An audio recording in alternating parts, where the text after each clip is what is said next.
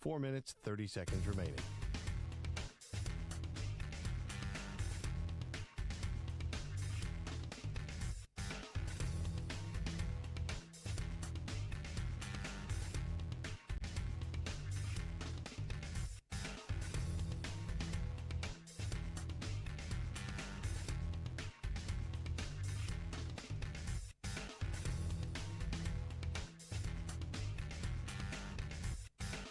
Four minutes remaining.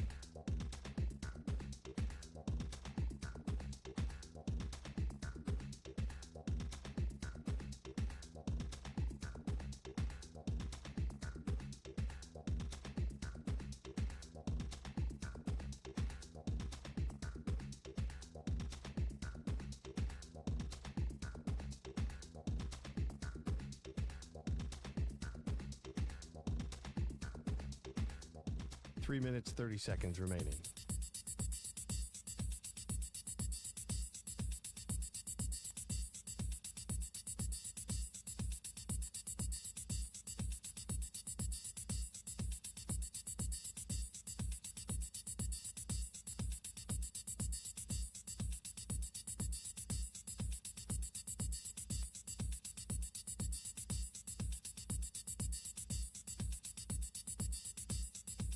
Three minutes remaining.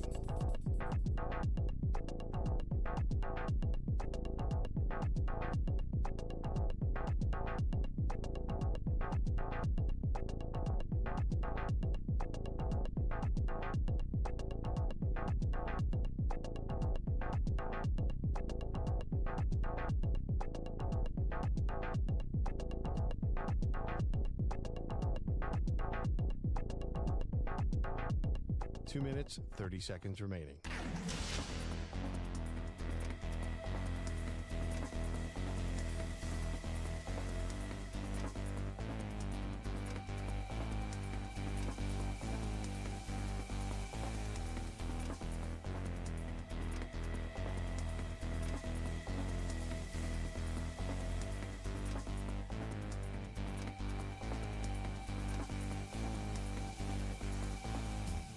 Two minutes remaining.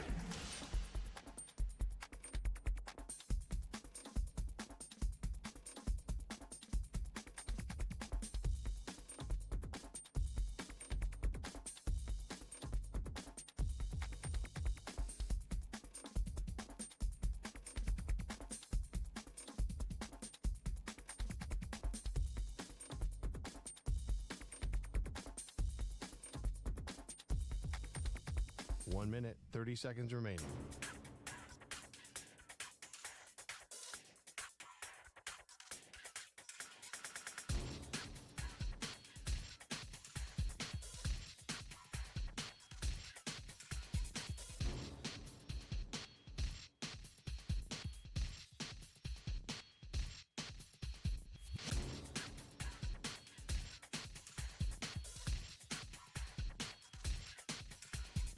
One minute remaining.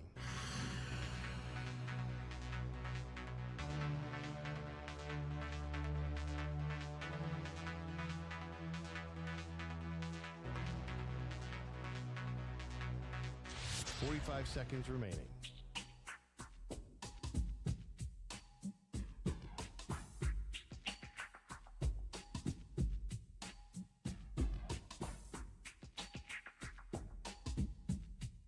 Thirty seconds remaining.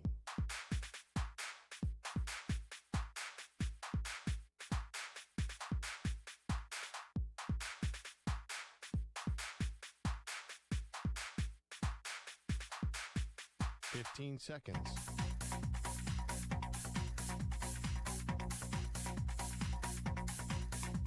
Break ends in 5 seconds.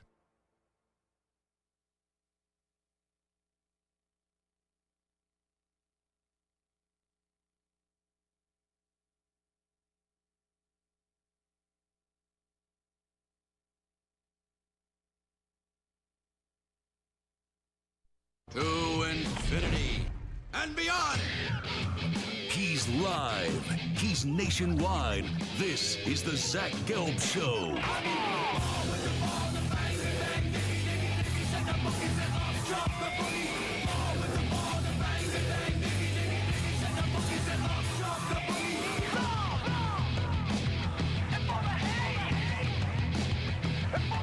here's your host, Zach Gelb. Live from the Play Show, yet not overly ostentatious studios of the Infinity Sports Network here in beautiful New York City, sitting on top of the 10th floor of 345 Hudson Street. Welcome on in to what is a Tuesday edition of the Zach Gelb Show across all great local Infinity Sports Network affiliates, Sirius XM, Channel 375, the free Odyssey app, the iHeartRadio app, and streaming live on YouTube. 888-710-4ISN is the number to jump on in. That's 888-710-4476. We got a lot cooking today. You could always give me a follow in the good old cesspool of Twitter or on Instagram where I'm straight flexing, at Zach Gelb. That's ZACHGELB. The legendary Stu Feiner is going to join us in studio for an hour coming up at 4 p.m. Eastern time, so an hour from now. I'm just going to be honest. I am usually always in control of every interview that I've ever done. Even Debo when he hung up the phone on me. Even Aaron Donald when the publicist stepped in. But people come on this show. We get them to say things, and I lead them in a way where they're more inclined to say something on this show compared to others. With Stu Feiner, you can't control Stu. And I am basically giving over the show and handing the show over to Stu at 4 p.m. Eastern time. And just listen to this promotional tweet that he sent out for his appearance on our show in an hour. Urgent life and death announcement, 4 p.m. Eastern. I will be on the Zach Gelb Show live. Zach and his dad have been icons in the sports entertainment industry for 40 years. Zach is the most knowledgeable person on every sport, taught by his dad since he was 5. He is extremely knowledgeable and has an award-winning show for the past decade. Smart, witty, insightful, funny, shocking, seen it all, and has done it all. Quite possibly could be the president of the United States in 20 years. Looks, brains, photographic memory, has interviewed anyone of any consequence over the last 10 years. We love each other, so it's going to be a no-holds-barred interview on any and every subject. Tweet, retweet, spread the word. Don't miss. I'm telling you. I did not pay Stu a penny. Hopefully I will outlive Stu.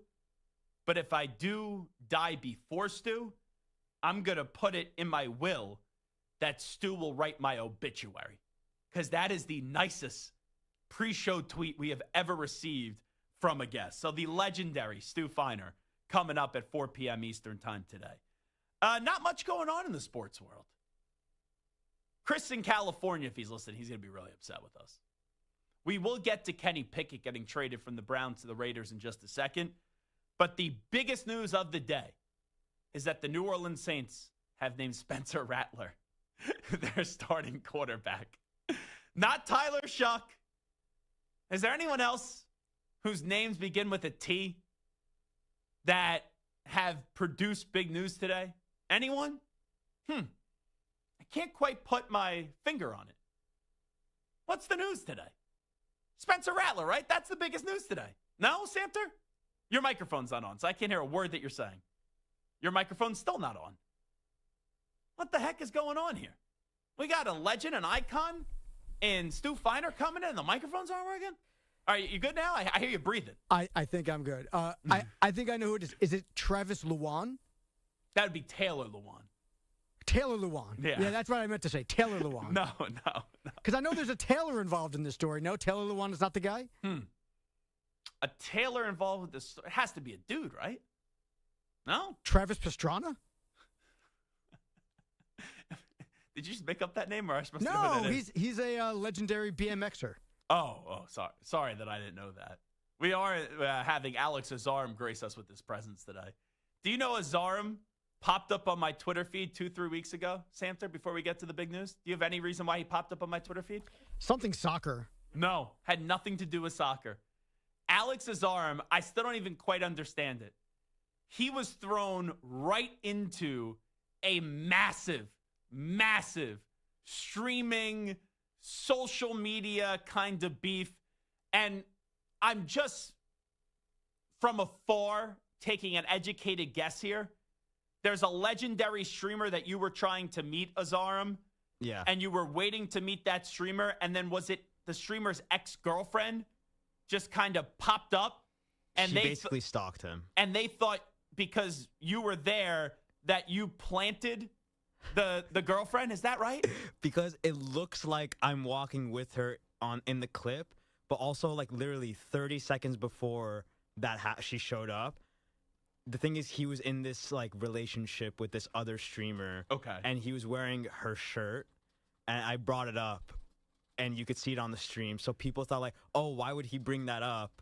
Why would they bring the shirt up and then just randomly be with his ex? So I was being called the shirt dude. Gotcha. And the way that I saw it is you released a statement, a video statement. I had to clear my name. And I'm seeing Azaram on my timeline with like the camera right in front of his mug. And I'm saying, I was like, Samter, what dopey soccer take is this that no one gives two craps about? And it was about some streamer. And then I looked at the view count. I did like 1 million views. It got 1.1 million views. Holy smokes. And over 500,000 on TikTok. So you are this much of a loser, Azaram. and I love you, right? You played in the charity kickball tournament. You were basically our Pele. You ran circles around Maggie Gray's husband, who was the star last year. You were the star. You were unbelievable. I appreciate And you it. almost got in a fight in the charity kickball tournament because there was some douche on first base who was being a pain in the ass. He was. And you showed me a lot that day. So I'm a completely different person when I play sports. you were this much of a loser, though, that you went to go follow this guy to get a photo with him? Because, yeah, it was literally 10 minutes away from here. And it was How right old after. are you? What? How old are you? I'm 25. Okay, makes sense. Yeah. And then you get thrown into this controversy Yeah. because his ex-girlfriend did a sneak attack and you were just standing there and now you're the shirt dude. Yeah. Well, it's kind of died down now, and I would hope so. I have some bad news. Because I was really shipping that relationship between him and the other streamer. Speaking, they- you were what, that relationship? I was shipping them. What? That means I wanted them to get together. Oh, okay, gotcha. You were the matchmaker? No, I don't Matchmaker, know, matchmaker, but make me a they match. unfortunately broke up a few days ago, and I was heartbroken. Wait, they got back together? No. So the shirt that he was wearing was the new for another relationship, streamer. and everyone was making edits of them and stuff like that. And Gotcha. they unfortunately broke up now. Did people stalk you because of this? No. Did anyone because the streaming world, it's a bunch of crazy animals. Yeah, no, I was getting a lot of DMs. Yeah. I Anything was real getting nasty? a lot of stuff being said at me. Because people thought you set them up. Yeah, because a lot of people really wanted that other relationship to work out, which now it didn't. But Gotcha. I was trying to say, I am also a parasocial, wanting to, Oh, okay. wanting that relationship. Gotcha. Yeah, gotcha. that was probably the nerdiest thing that's happened to me. Well, that relationship ended between two people I don't know about. The biggest news of the day is that Travis Kelce and Taylor Swift are engaged. How about that? They are engaged. And back in 2024, I got a lot of heat. Not as much heat as Azaram got for this dopey thing with a bunch of streamers. But I said that they were going to get engaged. We even did a bit at the Super Bowl 2 years ago in Las Vegas where we had a sign. And it was, will Travis and Taylor get engaged? And we had people sign yes or no. Like Joe Montana's autograph is on this. Little Dicky's autograph is on this. Justin Jefferson's autograph is on this. Micah Parsons, and so on and so on. And I was one of the believers in Travis Kelce and Taylor Swift. We actually made viral news on this show. Entertainment Tonight. They did a whole feature. This was before the Super Bowl. Drew Tranquil joined us, as he does every year whenever the Chiefs make the Super Bowl. And he was the first person that I heard that's a teammate of Travis Kelce's that said, I actually think they're in love. Here was the 90-second excerpt from Entertainment Tonight featuring Travis Kelce, Taylor Swift, Drew Tranquil, and your boy, Zach Gelb. Of course, his #1 fan, Taylor Swift, who is here in Arrowhead to cheer him on. He's the best. How you doing? Hey, how you doing? What has that been like, being in that locker room with all the extra attention now with the whole Taylor Swift-Travis Kelce relationship? It's been fun, man. It's, that's something to celebrate, something fun. Taylor Swift's having no trouble winning over the Kansas City Chiefs. I don't understand how you cannot fangirl about that. Chiefs player Drew Tranquill dishes on his teammate Travis Kelce's relationship with the pop star, letting fans in on some off-the-field insight in a new interview on the Zach Gelb Show. We enjoy poking fun at Travis, but seems like maybe they're in love, man. They got really, really something going. And he's spilling just how often Tay's name comes up in the locker room. It's interesting. You don't really feel it and hear too much of it inside the locker room. But it'll be moments like at practice when Kanal, our DJ, turns on a Taylor Swift song and everybody kind of, jokes about it. So while Taylor and Travis's romance may be the talk of the town, seems she's not too much of a distraction to the players. I think the wives and the girlfriends, I hear about it more when I go home than I do actually in the building. There she is. Taylor Swift is in the building. As for what Taylor thinks of all the attention, last month she told Time magazine, "I'm just there to support Travis. I have no awareness of if I'm being shown too much and pissing off a few dads, Brads, and Chads." And then we had this. This was January 30th, 2024. I gave you my official prediction on Travis Kelce and Taylor Swift. Here was that clip. Whether you like it or not, the biggest story from this NFL season has been Taylor Swift dating Travis Kelce. And I was reading earlier this morning that there is a betting line out there of plus 920 for Travis Kelce to pop the big question. And will he pop the big question to Taylor Swift at the big game, Super Bowl 58 in Las Vegas 2 weeks from now? Now, I don't think that's going to happen 2 weeks from now, but I don't think it's that far away. Swifties, get ready sooner rather than later. I do believe in this couple, and I think Travis Kelce and Taylor Swift will eventually get engaged. Just right now, they have their sights set on a different ring. It's not an engagement ring, it's a Super Bowl ring. I'm believing in this couple. I think they will eventually one day get married, but for now, you just got to enjoy the relationship. That is called an accurate prediction. Ryan Hot Take Hickey, take some notes. Maybe you'll learn something. Here is Taylor Swift when she made her appearance on the New Heights podcast. That's Jason Kelce and Travis Kelce's podcast on August 13th, saying how romantic the initial move was, even though it was a little bit crazy by one Travis Kelce to kind of get the attention and the interest of one Taylor Swift. This kind of felt more like I was in an 80s John Hughes movie and he was just like standing outside of my window with a boombox, just being like, "I want to date you." Yeah. Do you want to go on a date with me? I made you a friendship bracelet. Do you want to date me? Just come outside and meet me. Just meet me once. Just give me a chance. So I was like, if this guy isn't crazy, which is a big if, this is sort of what I've been writing songs about wanting to happen to me since I was a teenager. Yeah. And I was sitting there at the Eras Tour listening to every single one of those songs like I know what she wants me to do. Yeah. I feel that. Meet me, please. Now I'm butthurt. Yeah. I'm upset that you didn't meet me, even though you didn't know I wanted to meet you because I didn't do any proper logistical planning. Who plans Typical nowadays? Kelce. Typical Kelce. It was wild. It was wild, but it worked. I'm looking back at this list when we had all these people sign this and answer the question at Radio Row. Will Travis and Taylor get engaged? This was 2 years ago. Sean Merriman was a yes. Kendrick Bourne was a yes. The Snowman, Deion Dawkins, a yes. Fletcher Cox, weak answer, maybe. Tony Pollard, weak answer, maybe. Little Dicky was a yes. Max Crosby, maybe. Justin Jefferson, yes. Mark Ingram, yes. Sean Alexander has about 4,000 kids. No. Roma Dunze, yes. Joe Montana refused to sign the front to give a yes or a no, and he signed the back of this poster. Michael Penix Jr., who some people call Michael Penis Jr., yes. Puka Nacua, yes. Austin Eckler, no. Drew Brees, maybe. Micah Parsons doesn't have a new contract. He said no. Emmitt Smith, how about them Cowboys? Yes. Bijan Robinson, no. Antonio Gates, yes. Eli Manning, yes. Adrian Peterson, yes. And then Donovan McNabb, no. So were you on the right side of history or you on the wrong side of history? Travis Kelce and Taylor Swift are officially engaged. Also, some official news.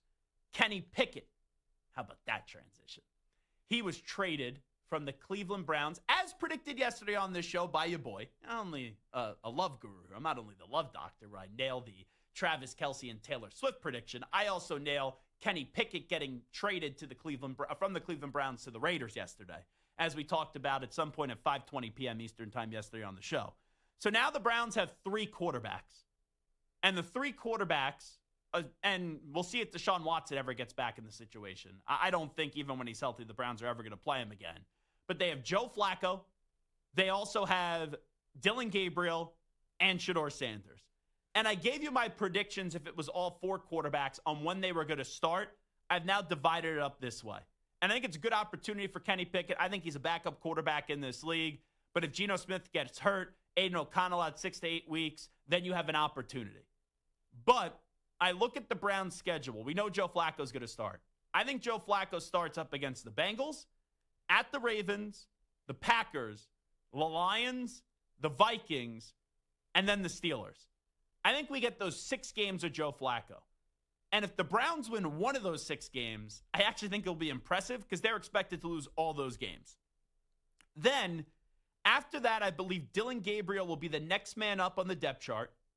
And he will start against Miami, New England. They have a bye week. The Jets, the Ravens. I think they're going to give him a little bit of a longer leash than one would think. Raiders and 49ers. So 6 games of Dillon Gabriel as well. And then after that is when Shedeur Sanders will be unleashed. And Shedeur Sanders will be thrown out there. And we'll see what Shedeur could do up against the Tennessee Titans, the Bears, the Bills, the Steelers, and the Bengals. And maybe he catches a little lightning in the bottle to end the season. It is the Zach Gelb Show on the Infinity Sports Network. I mentioned that Stu Feiner is on his way to our New York City studios. He's going to join us at 4 p.m. Eastern time. Maybe he will ordain the wedding between Taylor Swift and Travis Kelce, as they did get announced. They did announce their engagement today. Also coming up at 3:40 p.m. Eastern time today, we will do, I believe, one last college football fix. Maybe we'll squeeze in another 1 or 2 before the season starts. But Brent Pry, the head football coach at Virginia Tech, will join us coming up in about 23 minutes from now. If you want to join us at our 345 Hudson Street studios, just wait outside. We have a celebrity here today. And that's Alex Azarm, who likes to just start drama between streamers. So if you want a piece of his arm, maybe you meet him after the show. We'll take a time out. We'll come on back with the news brief next. You're in a 5-minute break.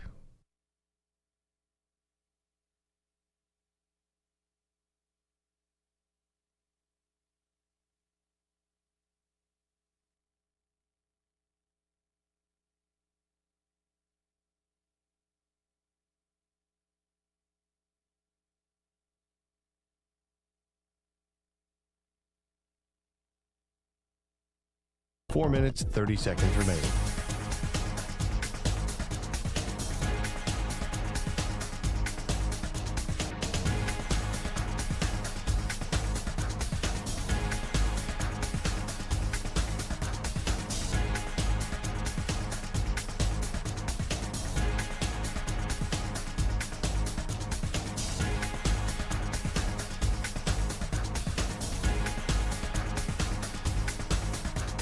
Four minutes remaining.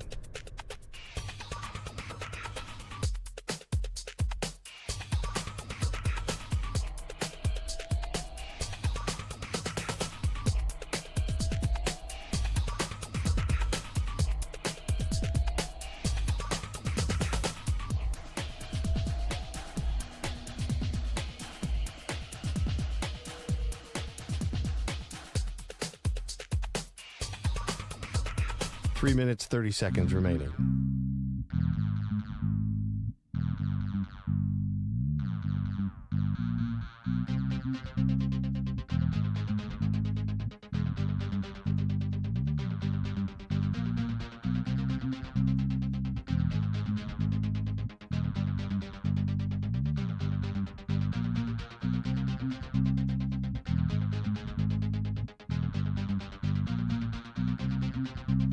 Three minutes remaining.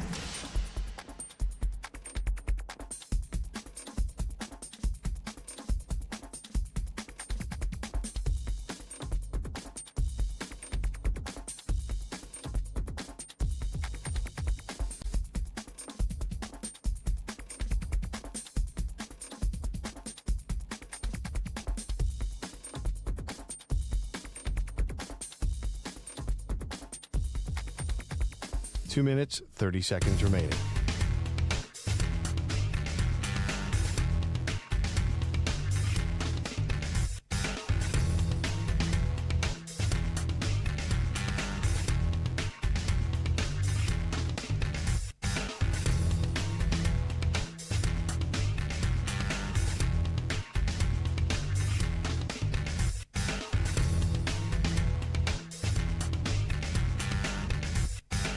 Two minutes remaining.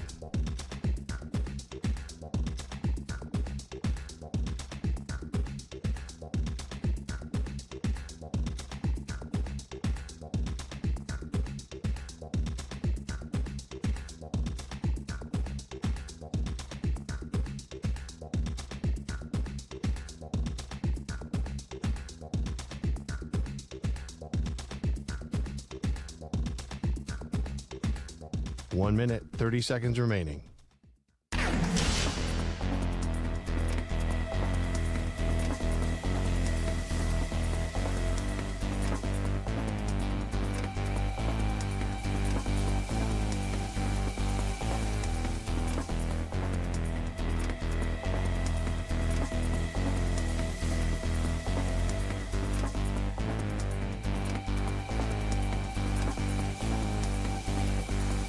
One minute remaining.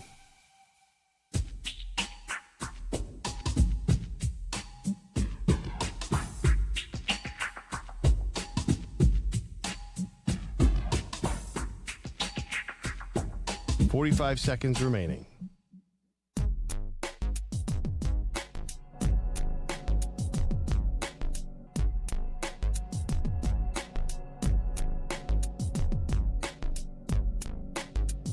Thirty seconds remaining.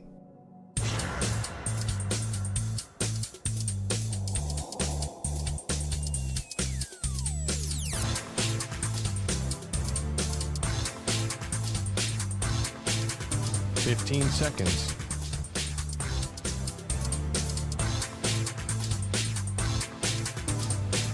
Break ends in 5 seconds.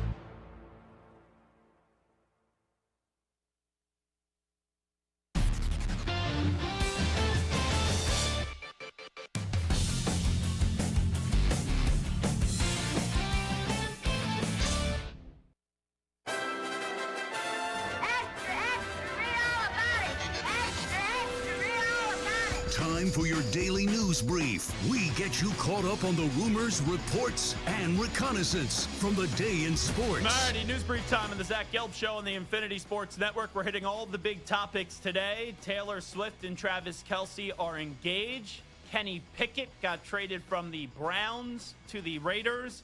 And, of course, we have to hit our Cowboys quota. Dak Prescott was asked if he's concerned about the Micah Parsons contract situation. No, I've got confidence. I've told y'all that way back when. And I'm just going off of experience, honestly. No different than mine, so I've got confidence in that. Just hoping, which I know he is, he's ready to play. And let's hear one more from Dak. Has the Micah Parsons situation become a distraction for the team? I wouldn't say so. As I alluded to it before, I mean, there's been a case of something similar to this the last 3 years, I believe. So if not before, I mean, I guess, right? Not necessarily. I think that's people can take it however they want.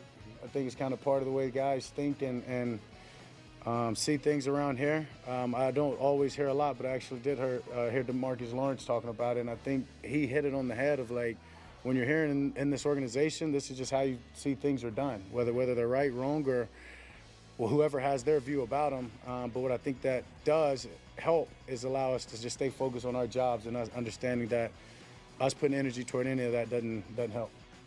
Dak could be a politician. And I mean that actually in a positive way. Because most people would be like, oh, that means you don't believe what Dak's saying right there. Dak would actually be a refreshing politician because of the fact is he's being honest there, but he's not disparaging Jerry Jones, and he's not being obnoxious with it. And I said this before with Dak, with the contract situations, plural, that he's been through with the Cowboys, I think he's numb to all this stuff, and he understands the way that the Cowboys formula and the way that the sausage is really made, that most people write when they're trying to make the sauce of the sausage. They're saying, okay, the goal in the NFL is to win a Super Bowl. I don't think that's the main priority of the Cowboys. The main priority of the Cowboys is to create the most amount of drama as possible. And Dak has been through it. CeeDee Lamb has been through it. And basically, Dak Prescott is saying it's pretty much a rite of passage with Jerry Jones if you want the contract. This is just what's going to happen. So it feels as if Dak is just numb. And he's just kind of, at this point, just immune to all this stuff that goes on with the Dallas Cowboys. We talked about the schlurp spot yesterday from when Adam Shine, when he had on Aaron Rodgers. And nothing against Shine. I'm a big fan of Adam Shine. But him tweeting out that the Steelers are a top 3 team in the AFC behind the Bills and the Ravens, and that the Steelers have a better chance this year to go to the Super Bowl than the Kansas City Chiefs is just because you're having on Aaron Rodgers. But Shine did have on Aaron Rodgers on Mad Dog Sports Radio, and here is Aaron Rodgers looking back on his 2 years with the New York Jets. I wish it had gone differently up there for sure, but I put all I had into it. I mean, I tore my Achilles and battled my ass back to come back to practice to inspire the guys and hope to come back. I put a lot into it, and I'm sorry it didn't work out, but I'm thankful for the couple special moments that they were had. Last year, the Jets were 5-12, but the air was out of the balloon at that point when it came to Aaron Rodgers because the year prior to that, he had the ruptured Achilles. If he didn't have that Achilles injury, what would the Jets have done in 2023? A year where they were 7-10, by the way. So Rodgers suffered that injury 3 weeks into the game up against Buffalo. They won that game 22-16. They then lost to the Cowboys. They probably still lose that game. They then lost to the Patriots. If they had Rodgers, that's probably one extra win. They lost to the Chiefs only by 3. Zach Wilson played well, so I don't think that's going to be a difference. They then beat the Broncos and the Eagles. They then beat the Giants. They then got clobbered by the Chargers. They then lost to the Raiders 16-12. If Rodgers there, they probably win that game. They then lost to the Bills 32-6. Then lost to the Dolphins 34-13. And then lost to Atlanta 13-8. If they had Rodgers, they probably win that game. Then they beat the Texans. They got smoked by the Dolphins. They beat the Commanders. They lost to the Browns by 17. Wow. And then they beat the Patriots. So I gave them 3 more wins if Rodgers didn't get hurt. That means they would have been 10-7. They would have flipped their record, and they probably would have been a playoff team. Let's go one more from Aaron Rodgers on this Schlurping Shine spot on Mad Dog Sports Radio. Aaron Rodgers and all the critics that are doubting the Steelers entering this season, and Adam Shine, by the way, is not one of them. He thinks they have a top 3 odds in the AFC to actually reach the Super Bowl. I don't really care about any of those prognostications there, Mr. Shine. I feel like the staff that we have on both sides of the ball, the leadership that we have, the organizational structure gives you a chance, for sure. That's all we can ask for. I think as far as outside narrative's sake, sometimes it's easier when there's low expectations and people are not talking about you, thinking about you. Every team every year has periods of adversity that they have to overcome and battle and kind of go through it like the bison running toward the storm. You gotta kind of run to it and embrace it. And if we can do that, then we're going to have a chance to be in the mix. If I was doing that interview, my follow-up would have been like, hey, Aaron, you on ayahuasca today? What you doing? You sound like you're in a cave. What are you doing right now? Let's go to Sean McVay, the LA Rams, who have high expectations for this season. They open up their season 4:25 p.m. Eastern time on Sunday, September 7th. Underrated opening game. Texans and Rams. Let's hear from the head coach, Sean McVay, on Matthew Stafford's health as we get ready for next week to be week 1 of the NFL season. Good. Look good. Did a good job. Full participant again, so we're in good shape. It's going to be the same answer. Yeah, I mean, and I mean that too. He's doing great. He's 100% participant. He's doing a heck of a job, taking care of himself with a lot of different things. As soon as we get off the grass, he and Reggie have a great plan, but I can't see into the future, but I certainly, if you look at what the last week has entailed, feel really good and there's nothing that would lead me to believe, unless we have an unforeseen setback, that he's not going to be ready to roll against the Texans. Sean McVay is a better coach than John Gruden, but every time I hear Sean McVay speak, I just hear almost John Gruden, except if John Gruden just inhaled like helium before speaking. That's what I just hear whenever Sean McVay does speak. Let's go to Shane Steichen, the coach of the Colts. We know that Daniel Jones is your starting quarterback. How about on catering a game plan for Daniel Jones? I think that's a big part of it, with him being the guy now, is going through that operation, obviously going through the Miami tape, this week and next week with him, what he likes, what he doesn't like. Obviously, catering, around his strengths, like you said, is all part of it. So we'll work through that, having discussions with him right now and tomorrow and as we go through this week to get that thing wired up. And let's keep it moving. Let's go to Arch Manning on handling all the hype as Texas gets ready to open up their season up against Ohio State. Arch Manning will be allowed in the stadium. Maybe Dave Portnoy won't be able to. We'll get into more in just a second. Here is Arch Manning on all the hype. I mean, I think that's all of us at Texas, and I think we kind of try to shift the narrative. We're going for everyone else. Target's not on our back. We have the red dot on everyone else. Last night, Ryan Glasspiegel had this exclusive that Dave Portnoy, who's now on Big Noon Kickoff, is not going to be allowed inside the stadium for the show. Like, anything will have to be done outside the stadium. Ohio State, Texas is the week one matchup that Big Noon does have. Also, Barstool does a college football show that I've seen in person, by the way, before, when Michigan was playing Nebraska in Lincoln. And Barstool's college football show is not allowed to be on Ohio State's campus as well. So that was the Barstool side. Then Ross Bjork, who is the AD at Ohio State, he said that's not true. I tend to believe Portnoy more than the AD at Ohio State. But this is Brady Quinn, who was on the Ken Carman show with Anthony Lima on 92.3 The Fan in Cleveland, on all that's going down between Dave Portnoy and the Ohio State University. If he asks you, will you help smuggle in David Portnoy into the shoe for the broadcast? I was getting late texts last night about all this and all this stuff, and I saw the comments of Ross Bjork, and let me just say this. I don't know what the hell's going on. I will say this, and I don't know, I'm not going to say in defense, but we've had people who are not on our desk to start our show be on the desk in the stadium. It's a tight fit, but we've done it. I mean, I'll put it this way. Matthew McConaughey is going to be there. I'm pretty sure he'll be on the desk inside the stadium. He's coming from Texas, the team they're playing. So I don't know what damage control Ohio State's doing, how much validity there's to whether or not he was actually banned or if this is all just made for TV. What I do know is there's room for one more at the desk. We've had players, coaches, other people on. So wherever front office sports got that report from, someone doesn't want him in the stadium. And I know Ohio State wasn't happy about the hire, so it feels like they're doing a bit of damage control right now.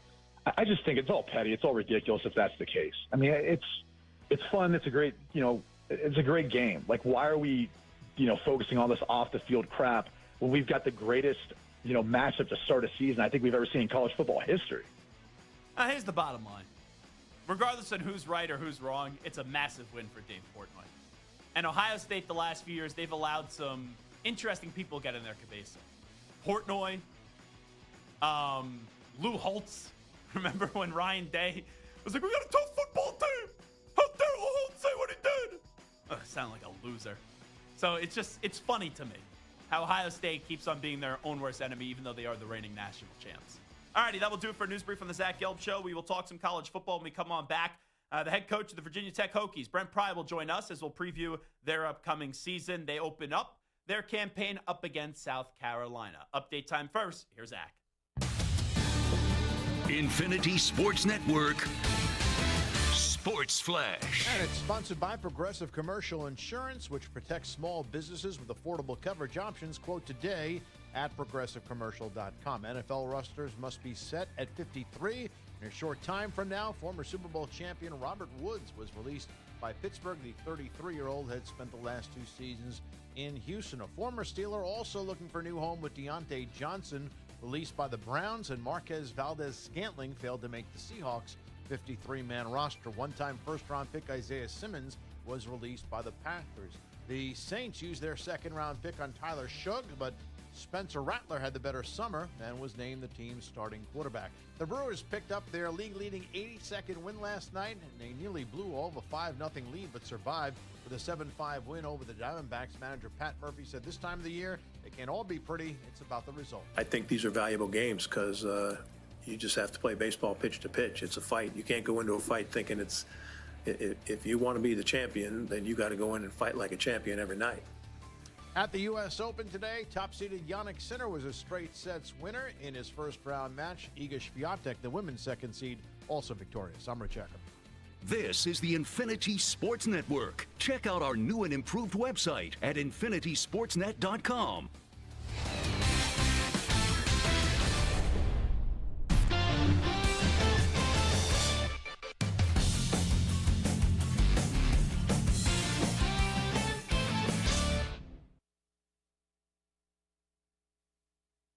You're in a 5-minute break.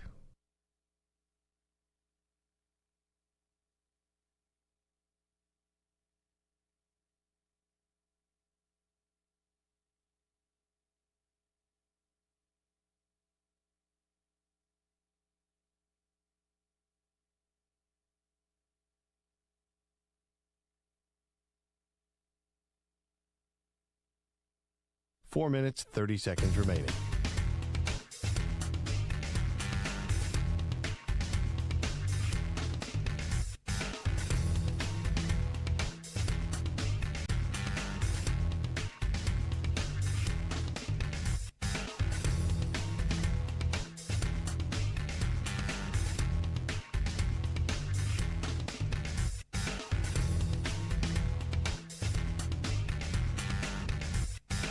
Four minutes remaining.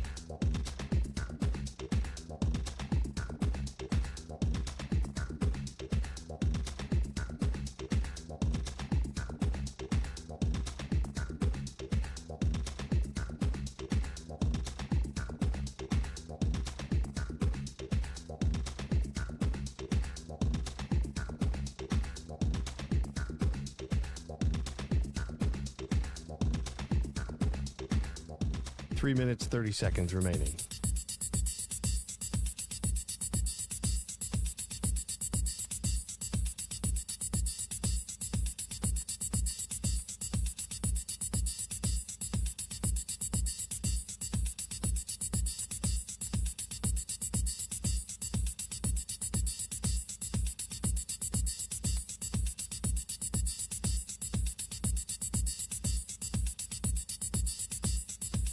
Three minutes remaining.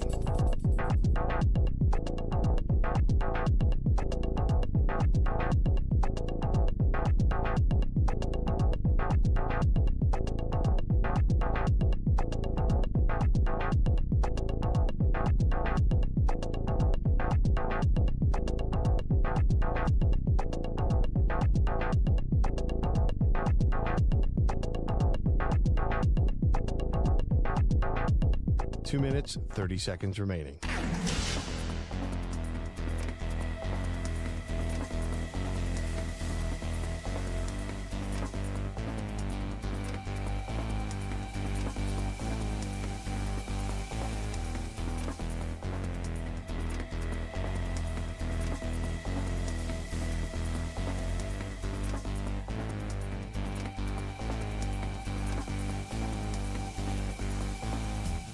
Two minutes remaining.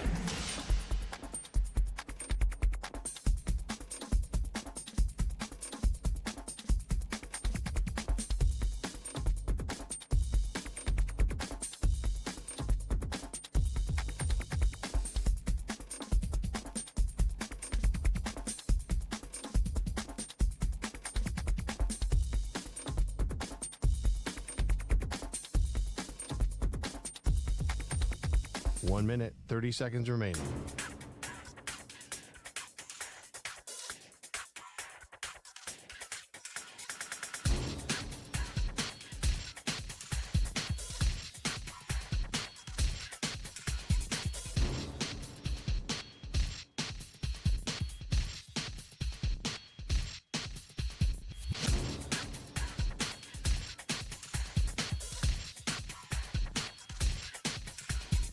One minute remaining.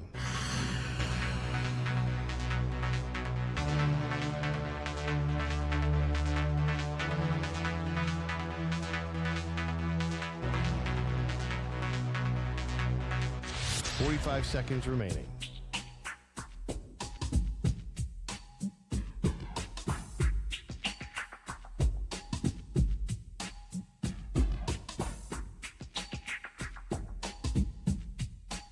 Seconds remaining.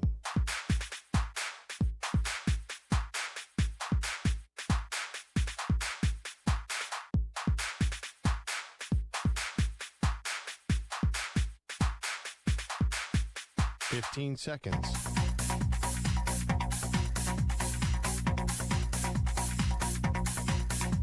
Break ends in 5 seconds.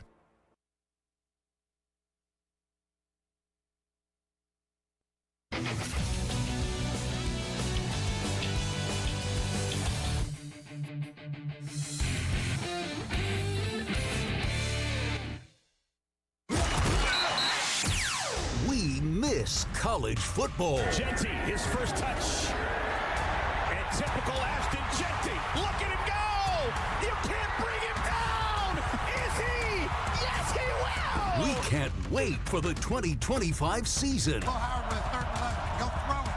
He's going for it. Jeremiah Smith one-on-one. Game, set, match. Whenever you needed it, you got it. Will Howard to Jeremiah Smith. Biggest play of the game. And we're counting down the days to kickoff. Are we there yet? No. Are we there yet? I said no. Are we there yet? What's wrong with your ear? Here is your college football fix, only on the Zach Gelb Show. We have a great weekend of college football coming up. In 5 days from now, on August 31st, through Aflac kickoff, we will have the Virginia Tech Hokies going up against the South Carolina Gamecocks, a top 15 team in the country in Atlanta, Georgia at Mercedes-Benz Stadium. And now joining us is the fourth-year head coach of the Virginia Tech Hokies as they get set to embark on another journey. And that, of course, is Coach Brent Pry. Coach, always appreciate you joining us on the show. Thanks so much. How are you? Yeah, we're doing good, man. I'm happy to do it. We're getting excited around here about Sunday. Yeah, there's so much turnover now in college football. And I know the rosters are always different from one year to another. But now with the transfer portal and how hard teams hit them, you don't always know what you're going to get. You know, case in point, 2 years ago, Florida State was awesome. Last year, they just didn't hit in the portal. In the summer and also the spring, when you get some of these guys actually under your watch and it's more than just NIL offers and, you know, watching tape of them from previous spots, like what's really surprised you with this football team and where's kind of the excitement level at about what you learned about your team in the spring and the summer? Yeah, I think it's two things, really, Zach. I'm pleasantly surprised how well they've come together. We've been intentional about it, but we've got some really good kids that embrace the newcomers, young and old, and really welcome them to the Tech football community, the culture, and so that's been nice. I mean, that's so important, especially in today's game, that you can have a sense of brotherhood on your team. We all know how important that is in this game. And then secondly, these guys they're checking the boxes for what we hope they'd be. You look at that film and you say, man, this guy could be what we're looking for at defensive end or at corner. And when they get here, you don't really know for sure until you got them firsthand and you're working with them day in and day out, how well they learn, how hard they work, all those things. So I've been pleased with what we've done in the offseason. And then for you individually, right, everyone is supposed to get better year to year, and you learn things each and every year when you do this. Doesn't matter how long you've done it. I feel as if everyone in any profession learns something each and every year when you get the reps that you get. From when you walked on campus and first became a head coach in 2022 until now, how do you think you've grown as a head coach as you get set for your fourth year as a head football coach? Yeah, well, for sure I grew more this year, than the previous years combined. Learning that you got to take a really deep dive into every area of your program in each offseason to make sure that the standards and the expectations are being met and what you expect things to look like, things to be going on. That's what's happening. And at times you may find they're not or they may be exceeding it. But also you learn that, where there may be some shortcomings that you haven't thought of, that you didn't have expectations laid out for, and you put them in place. So, we're still learning a bunch here as a staff, as a program, but we're making some big strides in the right direction. Brent Pry, I remember when we talked to you around this time last year, there was so much excitement around the program. There was so much excitement with your quarterback in Kyron Drones, right? He's the man. He was supposed to have a big season. And unfortunately, last year, he got hurt a lot, and he suffered a bunch of injuries. So I always wonder where someone will be at mentally when they go through a really tough time after getting all the praise a year ago. Where's your quarterback's confidence at as you guys get set to kick things off 5 days from now? Yeah, as you mentioned, he went through a tough season, trying and fighting and hanging in there, trying to get well, and then having setbacks. And, it was one thing, and then it was another. And, felt like he was letting his team down and certainly wasn't having the season that he was hoping to have. So he's a truly seasoned guy right now. I think the first piece was getting him healthy and giving him the reassurance that he can be the athlete that he wants to be, and we need him to be, from a health standpoint. And I think we're there. He's had a great preseason camp. He's never missed a day. He's never missed a rep. And, then the second piece was to surround him with coaches and players that make sense for him, that fit his skill set, that, will allow him to reach his potential as our quarterback. But he's truly a seasoned guy. He's had the ups and downs of this thing over the last 3 years. When he first got here, he didn't win the job and had to battle through that and become the starter. He had much success, and then, disappointment and injuries, and it's been pretty trying for him. But when I say he's a seasoned quarterback now, he's been through about everything that those guys go through at that position, coaching changes, and so I'm excited for the year he can have. For him, for us, we're certainly a much better football team with a healthy Kyron Drones and a Kyron Drones that is playing to his potential. Assuming he has good health this year and everything's clicking for him, what type of quarterback do you have? Yeah, we got true dual threat guy. His arm looks as live and as strong as it ever has. I think he's making bigger decisions, better decisions. I think he looks faster. He's leaner. He's a polished guy that can make all your throws. He's got a confidence that is genuine and true from what he's invested and sacrificed to get to this point. So, he's a true vet, and he's a guy that can hurt you with his legs. He can hurt you with his arm, and I think that the other trait for him, as I mentioned, is he's one of the toughest kids on our team. Coach Brent Pry here with us. You guys get Terry and Stewart in the transfer portal coming over from Bowling Green. Just what does he bring to your program? Yeah, he had a great career as a running back at BG, and he's battled some injuries. He's been up and down, since getting on campus, but he's got a special skill set. And I'm anxious to get him kind of 100% and rocking and rolling. That could happen this weekend. We're hoping he has a good couple of days here. But outstanding young man with a unique skill set. One of those guys that looks like, he's always meant to be a running back. He's short, he's sawed off, he's stocky, got great balance, good explosiveness. So we need him to have a good year for us. What is he battling through right now? Do you guys expect to have him this weekend? Yeah, he'll be a day-to-day guy. He's tough. He's been up and down throughout camp. He's had a couple of nagging things, and I wish he'd had a little better camp. I wish he'd been more available, but we got him where we need him now, and we're trying to get him up to speed and get some reps under his belt and, see what he can do for us on Sunday. This is a big year for you. There's no sugarcoating it. I know all staffs would love to have continuity, Brent Pry, but that's just not the nature of this sport. Bringing in two coordinators, Sam Seifkes and also Philip Montgomery, what do they also bring to your program, and how do you expect kind of the offense and defense to look under new leadership? Yeah, well, Coach Seifkes is he's young in age, but he's very experienced. He's got great experience as a play caller at the college level with much success. And then he's got, a really good background in the NFL, but specifically with some really good defensive minds. And he's very polished. He's very smart, bright coach with a good defensive plan, identity. We're a mixture of things right now, and he's been able to pull it all together and teach it and coach it. Phil Montgomery brings to us a true quarterback coach, a guy that has developed a bunch of guys over his college career that from his time at Houston to Baylor to Tulsa. He's had a bunch of guys that have had success in college and gone on to play in the NFL, including a Heisman Trophy winner. So, him and Kyron, their relationship and seeing things, pretty clearly together, I think has been very important. He brings, like Sam does defensively, there's a real identity on offense, that our players have latched on to. And, he's an experienced veteran coach. Phil's been a head coach. And so he's truly – we got two coordinators right now that are leading both sides of the ball. They're the head coach of those units. And, we made a change at the strength and conditioning position. And when you take a deep dive into our program and where we needed to be better, there were some things in our off season that it just wasn't happening for us. So we made a change there. We hired Jarrett Ferguson, who was a very good player here when I was coaching the first time.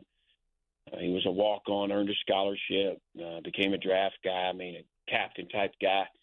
And he's really, injected some energy and some enthusiasm and some vigor into that weight room and into the off-season program. So feel good about what we did there. And then obviously we made a change at the offensive line coach position and hired Matt Moore from West Virginia, proven developer of talent as well as an outstanding recruiter. So feel good about the changes we made. Never easy, but feel good about what we've been able to do. And, of course, it's never easy because right away you guys get thrown right into the fire. And a lot of people are going to be watching coming up on Sunday. Shane Beamer's done a really good job with South Carolina. They're a top 15 team. Lenora Sellers, one of the better players in the country. It's a phenomenal test and an opportunity for you guys to make a statement coming up on Sunday. It certainly is. I got a ton of respect for Shane. He was on the roster here when I was coaching here in the 90s. And obviously, his dad is revered and one of my biggest mentors. But Shane's done an outstanding job. That roster he has is as talented as some of the better ones I've coached against in the SEC. Both sides of the ball, all levels. They've really done a nice job. That's a great-looking football team. They're fast. They're big. They got quarterback play. They got their running back eligible yesterday or this morning, and got a big, talented receiver that was a national recruit. They've got a really nice-sized offensive line. They got both their tackles back. And then on defense, they got two of the best edge rushers in the league. You talk about Stewart, and he's sensational. Like, you have to have a plan for him each and every snap. But on the other side, they got a good guy. They got a heck of a safety that's returning, that runs their secondary. So I can't say enough good things about the talent they have on that football team. And clearly Shane's done a great job. So we got our hands full. But, these guys came to Virginia Tech for opportunities like this. Play on the big stage, play on national TV, play a top 15 team, play a Heisman, trophy candidate at quarterback.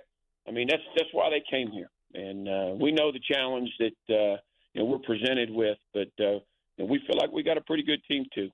Well, we're excited to see you play on that. Once again, Aflac kickoff coming up on Sunday, August 31st at 3 p.m. Eastern Time. Virginia Tech up against South Carolina. Brent Pry, the fourth-year head football coach with the Hokies, joining us on the Zach Gelb Show. Coach, appreciate the time as always. Good luck, good health this season. Thanks, Zach. Best to you, brother. You got it. There he is, Brent Pry, joining us on the show. We will say goodbye to Coach Pry there. And the source, Stu Feiner, is in the building. He'll join us in studio next.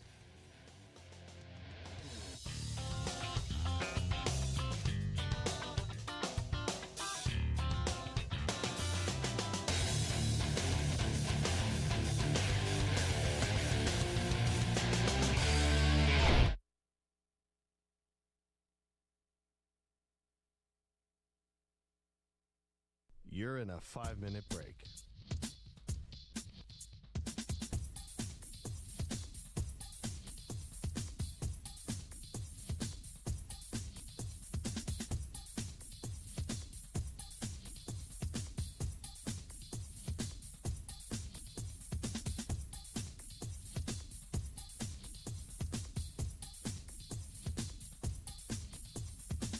Four minutes, 30 seconds remaining.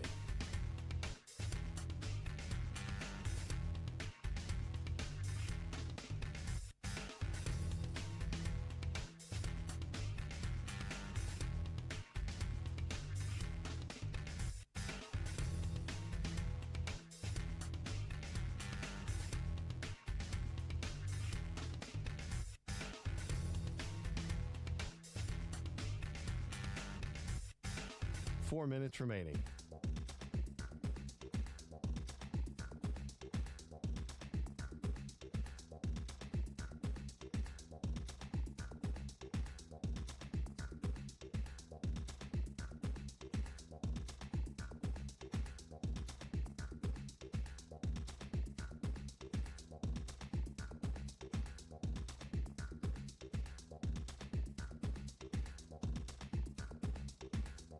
Three minutes, 30 seconds remaining.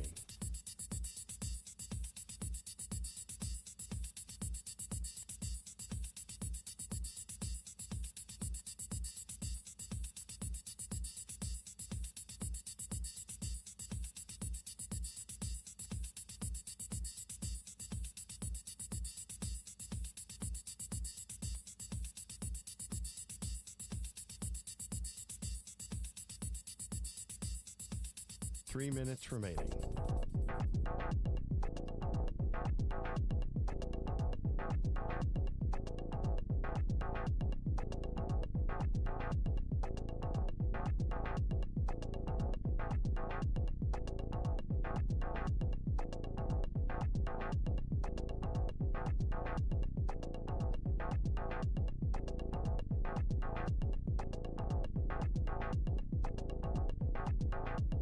Two minutes, 30 seconds remaining.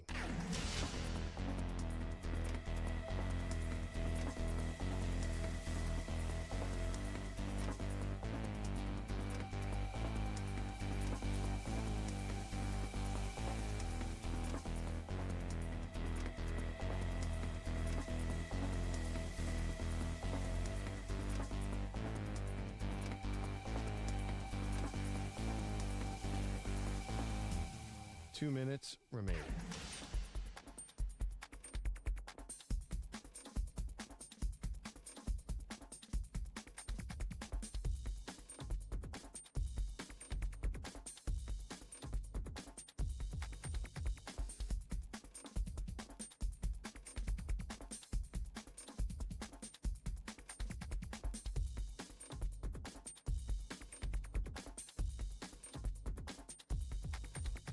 One minute, 30 seconds remaining.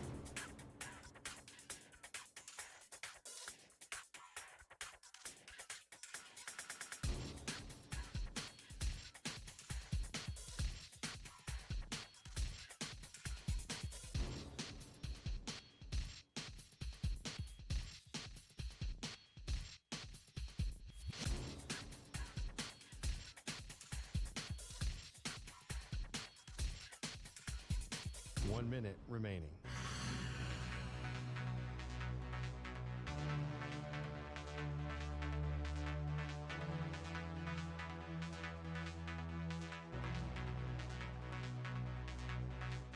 Forty-five seconds remaining.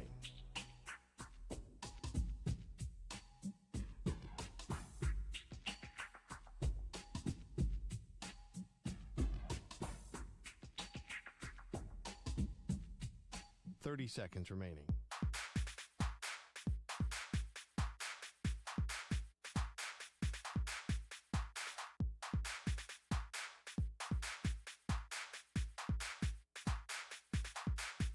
Fifteen seconds.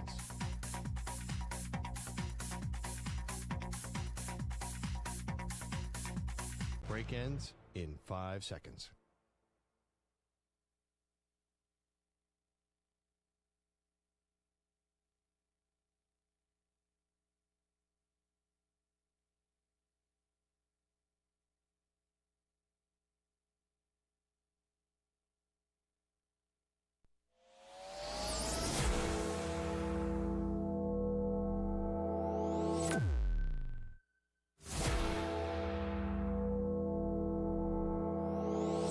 Infinity and beyond.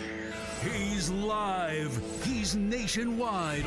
This is the Zach Gelb Show. All right, hour number 2 of our radio program. That's right. It is the Zach Gelb Show, coast to coast on the Infinity Sports Network. I am a huge fan of Barstool, and that means I'm a huge fan of Stu Feiner, and I always consume their content through the years. And we've had some interaction, like Jersey Jerry used to call me late night before anybody knew who Jersey Jerry was to kind of win a contest. with Brilliantly Dumb, and he would ask me about like steaks, and he would ask me about Gordon Hayward somehow being a top 10 player in the league. And there's been some other guys like Mincy and Frank the Tank that we've met through the years, but I always love Stu Feiner. And I watch Barstool Sports Advisors religiously. Like, I'm very weird with my TV. I'm a big reality TV guy in terms of Real Housewives of New Jersey, Jersey Shore, all that stuff. But one of the sports shows I watch is Barstool Sports Advisors with Stu Feiner, Jersey Jerry, Big Cat, Dave whenever he parachutes in. And I always remember Stu talking about someone by the name of Tom Kennedy. And Stu's son grew up with Tom Kennedy on Long Island. And I kept on hearing this name, Tom Kennedy, Tom Kennedy, Tom Kennedy, from the great Stu Feiner. So I'm doing the Red Zone on the radio, the studio show, when we were called CBS Sports Radio, the 8-hour marathon. And one of our stringers, right, it's an antiquated system. The stringer calls in from the stadium, 1st and 10, and the Lions have thrown the ball to Tom Kennedy. And the moment I heard the name Tom Kennedy, I just screamed, Tom Kennedy is here! Shout out Stu Feiner! And the video made its way to Stu, and Stu and I then became really good friends. I've been to Stu's house on NFL Sunday, seen him win a lot of bets. He orders food for 4 people, like food for 35, and he's the most gracious host that I know. And this has been long overdue. Now joining us, the preeminent sports handicapper in the nation. He is the most entertaining. And let's be real, he doesn't even need a big pair of knockers to sell you his picks.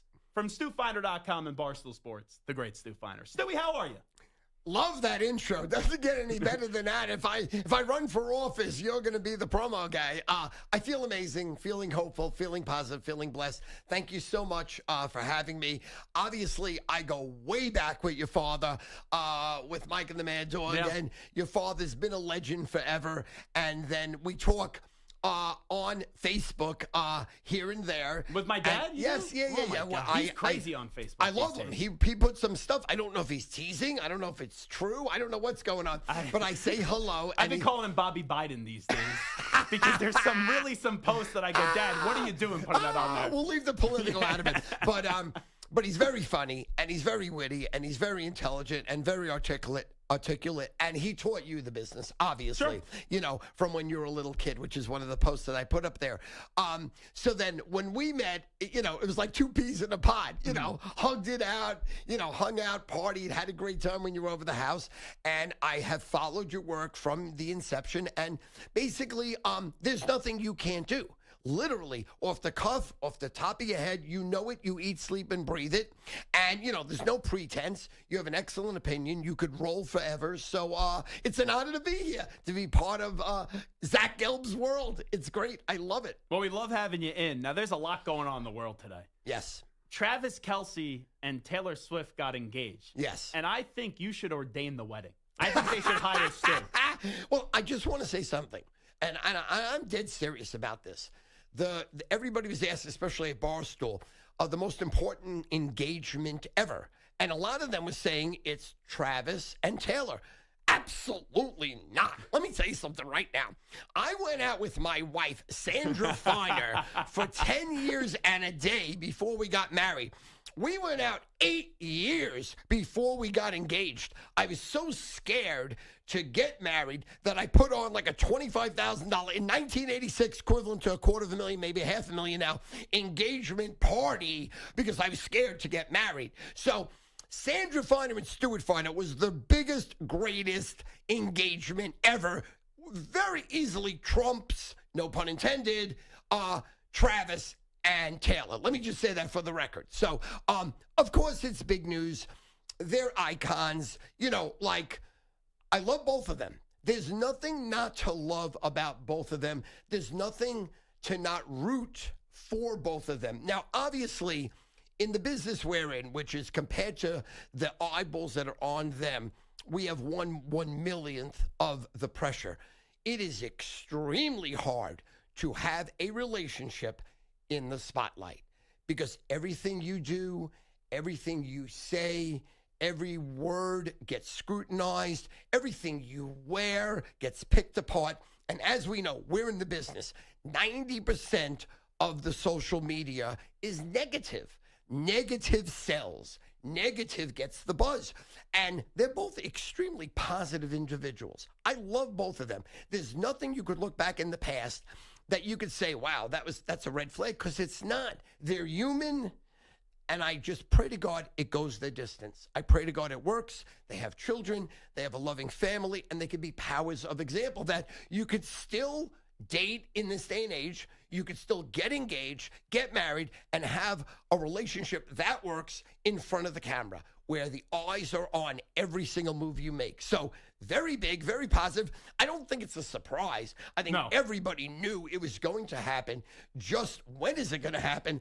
And I'm glad he dropped it and she dropped it a week before or 5 days before college football, because it really would have bothered me, to be honest with you, if I'm watching, Texas, Ohio State, and the bottom headline, urgent announcement, flash, news flash, they got engaged. So I think it was perfect. It gives the buzz. Everybody that's obsessed with them, my boss, Dave Portnoy, obsessed with them. Kelly Keegs, obsessed with them. There's a dozen people at Barstool that eat, sleep, and breathe everything they do. They know everything about them. They know every word to every song. I go back, my relationship with Taylor Swift was, I spent thousands of dollars on Taylor Swift tickets going to Jingle Ball 20 years ago. I haven't heard Jingle Ball in years. Jingle Ball for my kids. Like Hanukkah gifts. Yeah. They wanted to see Taylor Swift. My 36-year-old, maybe 25 years ago when she first started, she was a nobody. She played a Jingle Ball. So we went to see her on Jingle Ball. I fell in love with her. And I'm not so privy to her last, let's say, 10 years. Sure. But I am very privy to her first 10 years. And I really loved what she did. And, of course, the relationship she went through with John Mayer and so on and so forth, that she got really, through the ringer. Like they killed her the first 7-8 years she went out with people, because she had the reputation of killing men. She'd go out with a man, break up, and then destroy the person on an album. But, and obviously Travis, Super Bowl champion, epic icon, looks like, a male model. He has a great face. He has a great personality. And, even though he failed last year, he's been a living legend almost. And he gets obviously the biggest woman in the world to marry. Like, who wouldn't want to marry her? $1.6 billion aside, she's amazing. She's gorgeous.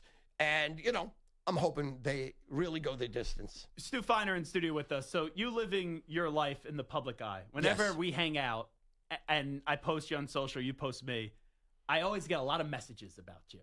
And people always wonder, is what we see on social media real? And I go, yeah. I go, Stu Feiner can't fake anything. I go, what you see is what you get with Stu Feiner. But I'm glad you brought up your wife earlier in the conversation, because that's actually, I think, the most important question I get asked, or the most frequent question. What's Stu's wife like? Like, he's just screaming, saying all these things, the 15, all this stuff. And I go, Sandy's the nicest person. Nice. She's, very quiet, lets you do your thing. And you're very fortunate, obviously, to have someone like that. I mean, I have literally been with her 47 years of my life, back to back to back. We went out 10 years in a day. We got married. We've been married 37 years, but we've been together since March 11th of 1978, every single day. Not only did she come work for me in 1980, the first year I started in the business, but 1983, her father came to work for me. 1984, her brother-in-law came to work for me. 1985, 2 of her sisters came to work for me. But not only did they came to work for me, they renovated and innovated my business. Kevin Duffy, when he worked for me, I went from $2 million to $6 million to $10 million to $12 million to $14 million to $16 million a year under his watch, under his expertise. My father-in-law was an incredibly enormous Swede. He was like 6'3", 380. Wow. He had hands that were like mitts. You know what I mean? And he was brilliant. He used to own Fairyland, which was a arcade in Brooklyn. And then he owned his own plane. He had a carry license, so he always had a gun at his side, open carry, because he was always dealing with cash. And then he went into the auto supply business because he was brilliant. I mean, he could do anything. He could read something, and he could do it as if, he invented it. He went into the auto supply business at these flea markets, and he was making a ton of cash. But later in life, his body broke down a little bit, so he became like security for me. Then in the 80s, where I created a bi-weekly schedule of all the games that were listed in the 80s. Now you take it for granted. You pull up the internet. It's on your telephone. It's on TV. Then it wasn't. So we created a schedule that was the Las Vegas order that you needed to have when you called your, at the time, illegal bookmaker, because they would rattle off all the games. Like on Saturdays, 50 college football games, let's say. They would rattle off the games like quickly. So you would need the exact schedule the game was in. We were sending 250,000 pieces of mail out every 2 weeks, and he ran the whole mail operation. So Sandy has been such an integral part of my life. I would be nothing without her. One of the things I tease about, she's Irish Catholic. And Irish Catholic are the most honest, loving, got your back people in the world. Now, thank God, I'm extremely funny. I take risks. People love me because I fail in front of the cameras. And just like you said, what you see is what you get. It's what I am. She is brilliant. She has a photographic memory. She's super smart, highly intelligent. So thank God my 4 sons, I have 4 sons, 36, 34, 30, 26, all have her looks and her brains. Thank you, Lord, for that. So she has brought, without her, I'm basically nothing. Be honest with you. I hate to say that, but it's the truth. You know what? You're going to laugh how I basically came across you, because I'm only 31, right? So I don't know Stu before Barstool. But my first job out of college, I was the afternoon host, program director, board op, salesman. I'm a Jewish guy. They had me program directing a Christian religious radio station and the local Fox affiliate. And we would take any advertisement possible. And there was this guy, Brandon Lane, who would call in every week and sell his picks. And he would market himself, I'm the main guy that Two for the Money is made after. So I didn't really do any research on it. I go, he wants to give us money to talk to him once a week? Sure. And then he was giving us some of his picks, and his picks weren't all that great. No, he was horrific. And I'm sitting there, and I'm reading more up about the movie Two for the Money, and then your name pops up. And I'm like, oh, that's who Al Pacino played. Yeah. It was Stu Feiner, not Brandon Lane. Brandon worked for me from 1990 to 1995. The movie was a disgruntled employee's standpoint on him working for me, which was Brandon. And Brandon embellished the entire story. All Brandon ever was a 900 feeder on a 900 number. And in 1991, 1990, 1992, he had a very good opinion. And then all of a sudden, it went horrific. So 93, 4, 5, 6, he hit about 30%. But he was such a good salesman that he was still able to write a ton of money for me. I let him go. Finally, the customers were leaving us in droves. So we took away his ability to pick the games. My brother-in-law, Kevin Duffy, gave him the games, and he fed the games. And the numbers went off the wall, successful, and he couldn't handle it. So he left me. So he went to Australia for 2 weeks. Did he become like a caddy or something? Then he caddied at the Riviera Country Club. And the way the movie was played out was he caddied Danny Gilroy, who's Rene Russo's husband, and Dustin Hoffman. And Danny Gilroy at the Riviera hit a 56-foot putt. He was so excited. Dustin Hoffman was so excited, gave him $20,000 on the spot for his life rights about him working for me. Because what happened was, at that time, he left me because he couldn't handle it. And he was broke when he left me. He spent all his money on bad habits, like most people have. And, I've had them my whole life, too. So it sits on Dustin Hoffman's desk for 2 years, from 95 to 97. In 97, I get a call that one of my friends who is a detective, and they guard they guard like celebrities.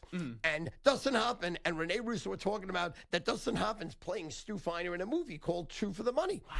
P.S. I said, get me that number. So I call. They give me Danny Guerrero's number. I immediately threatened his life on the phone. I said, listen, if you're playing me in a movie, not only am I going to do really bad things to you, I'm going to do bad things to your wife, and I'm going to ruin your life.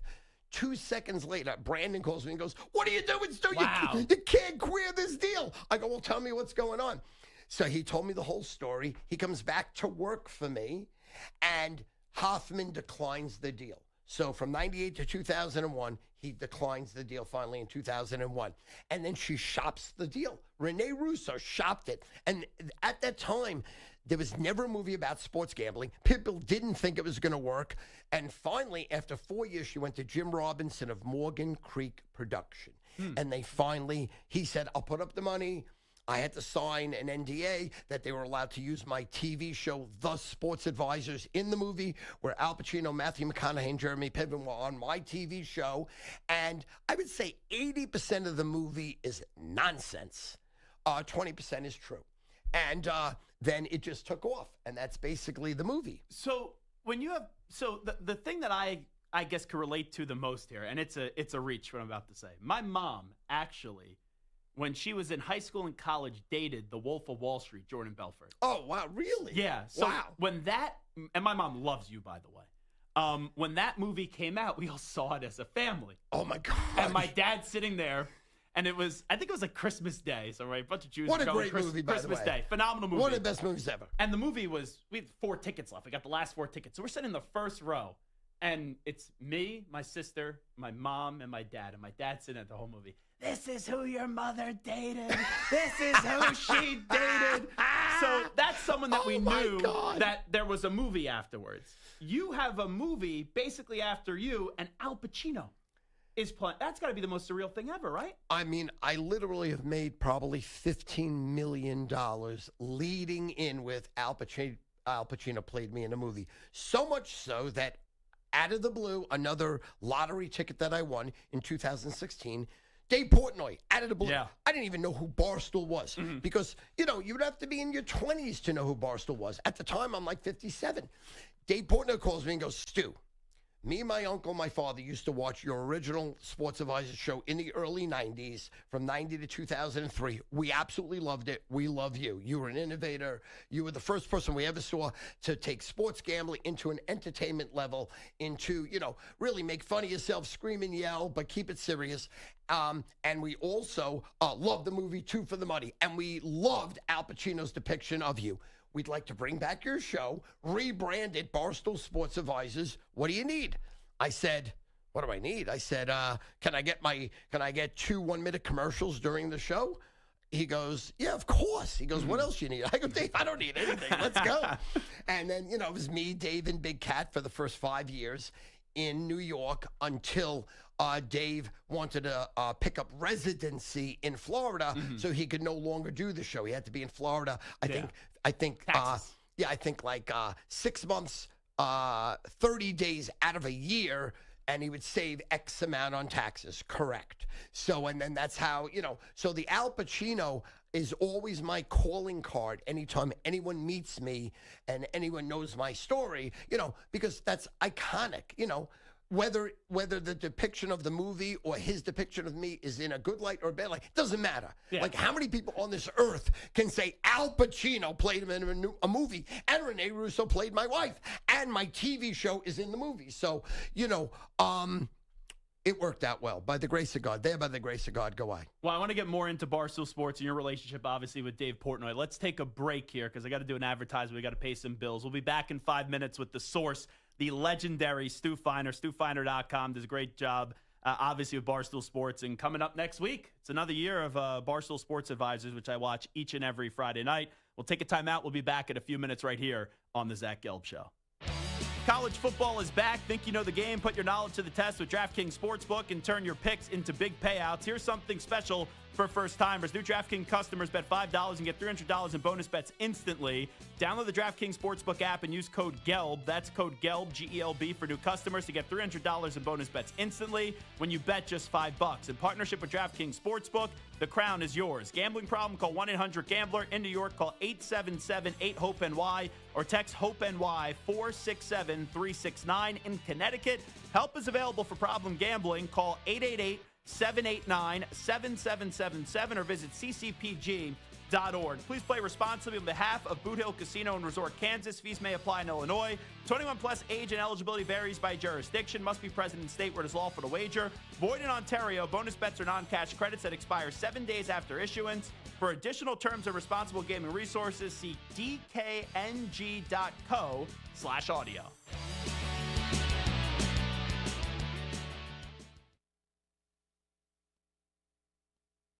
You're in a 4-minute break.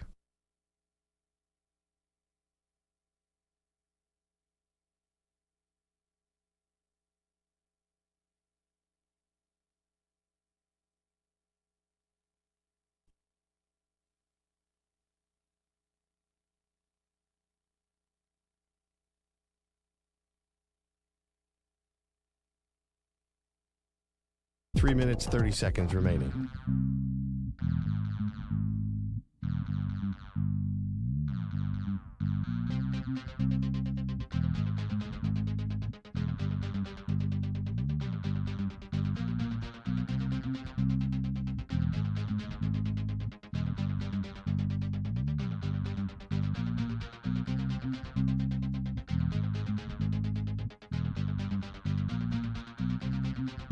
Three minutes remaining.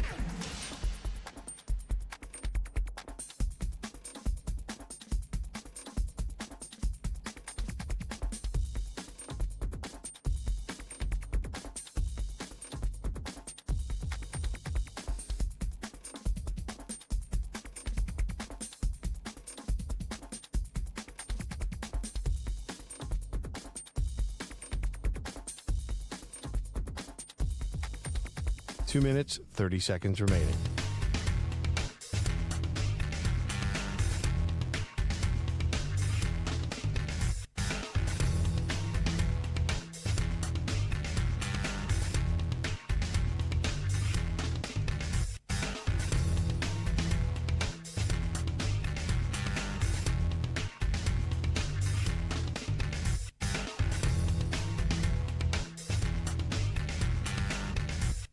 Two minutes remaining.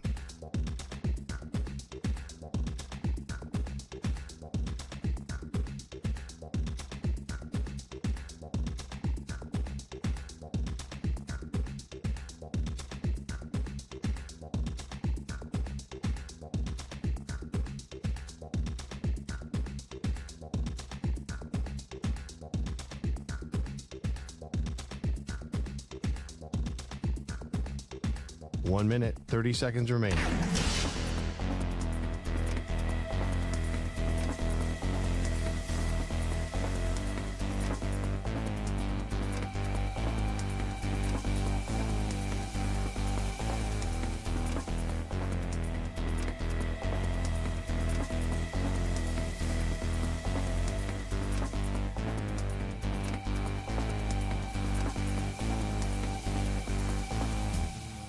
One minute remaining.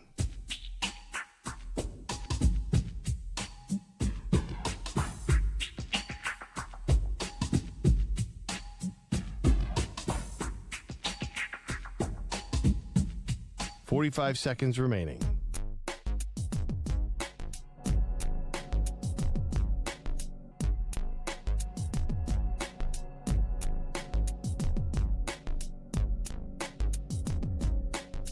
Thirty seconds remaining.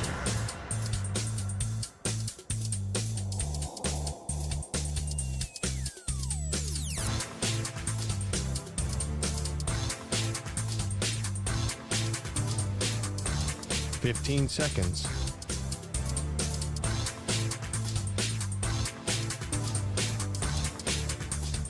Break ends in 5 seconds.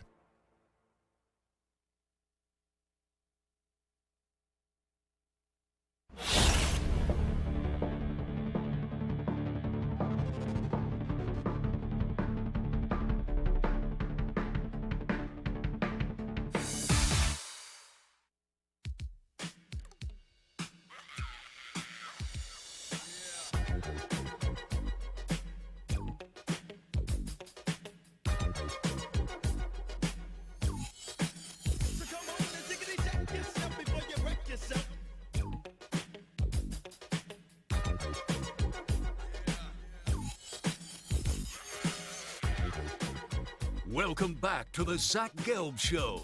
The legendary Stu Feiner here with us from Barstool Sports in studio, StuFeiner.com, hanging with us for the next hour. So you told us right before we went to break, right, the origins of Stu Feiner, and then also how Dave Portnoy came into your life when they wanted to relaunch Sports Advisors. That show is so fun. And we talk about how Al Pacino, right, played you in a movie. I think it's even cooler that Big Cat and with PMT, and they're doing the whole interview with Scotty Scheffler. And he just brings you up like, oh, my wife and I, we watch Stu Feiner, and then we go to church to have the greatest golfer in the world now. And I know you're a big Tiger guy because you live right next to Bethpage Black. I've seen you screaming, Tiger, we love you, Tiger, Tiger, all those years ago. But you never know really when you do this, who's listening and who's seeing the content.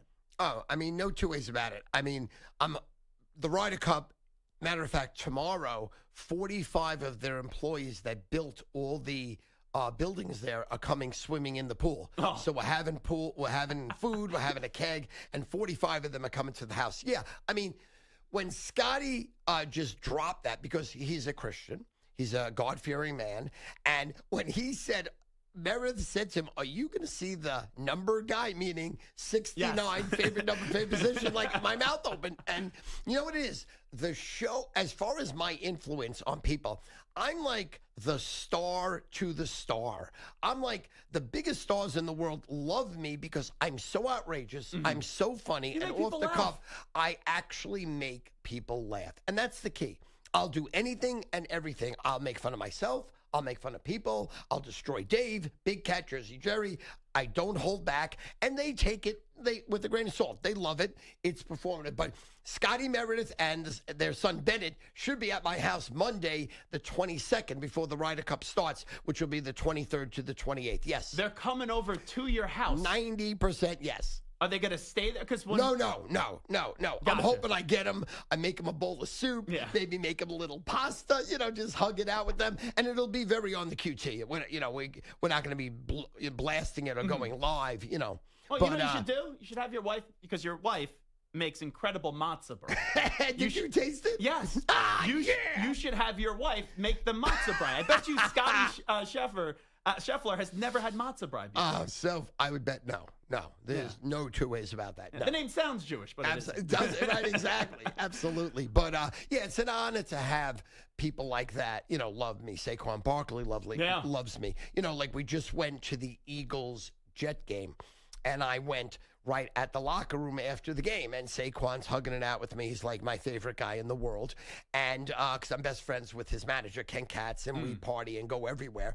But like the assistant manager came out, gave me a big hug, took a picture. The backup quarterback came over. All the Eagles love me. Like anywhere I go with these teams, because they watch Barstool Sports Devices, because of Dave Portnoy, because of Big Cat. They're ingrained into the world of entertainment. Dave and Big Cat are the two biggest in the world. No two ways about it. So it's an honor to have them love me. I can't. It's amazing. Like Frank the Tank just threw out a pitch. Yeah. We were in Maryland.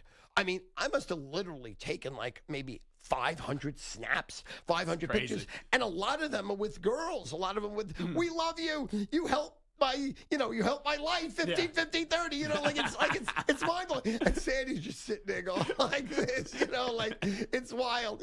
Girls are giving the phone to Sandy. Sandy, can you take a picture of me and Stu? She's like, that's my Stu, not your Stu. Get your hands off. Because Sandy's really a gangster, I'll tell you that. I would not want to cross over Sandy. No. She will make sure that you disappear.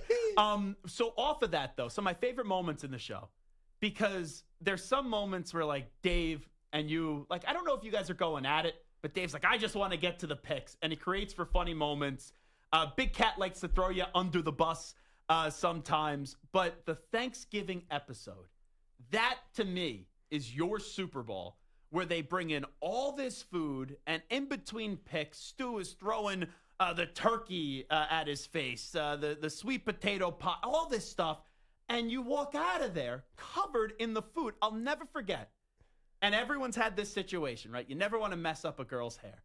But when Hannah was your weather girl and you threw something, oh my God, she was not. She played it off like she was fine with it. she was not happy. She was livid. Whatever you got in her hair. She was livid. She texted me, "You owe me $500 because these are brand new extensions." I'm like, "Are you serious?" She's like, "Yeah, I'm serious."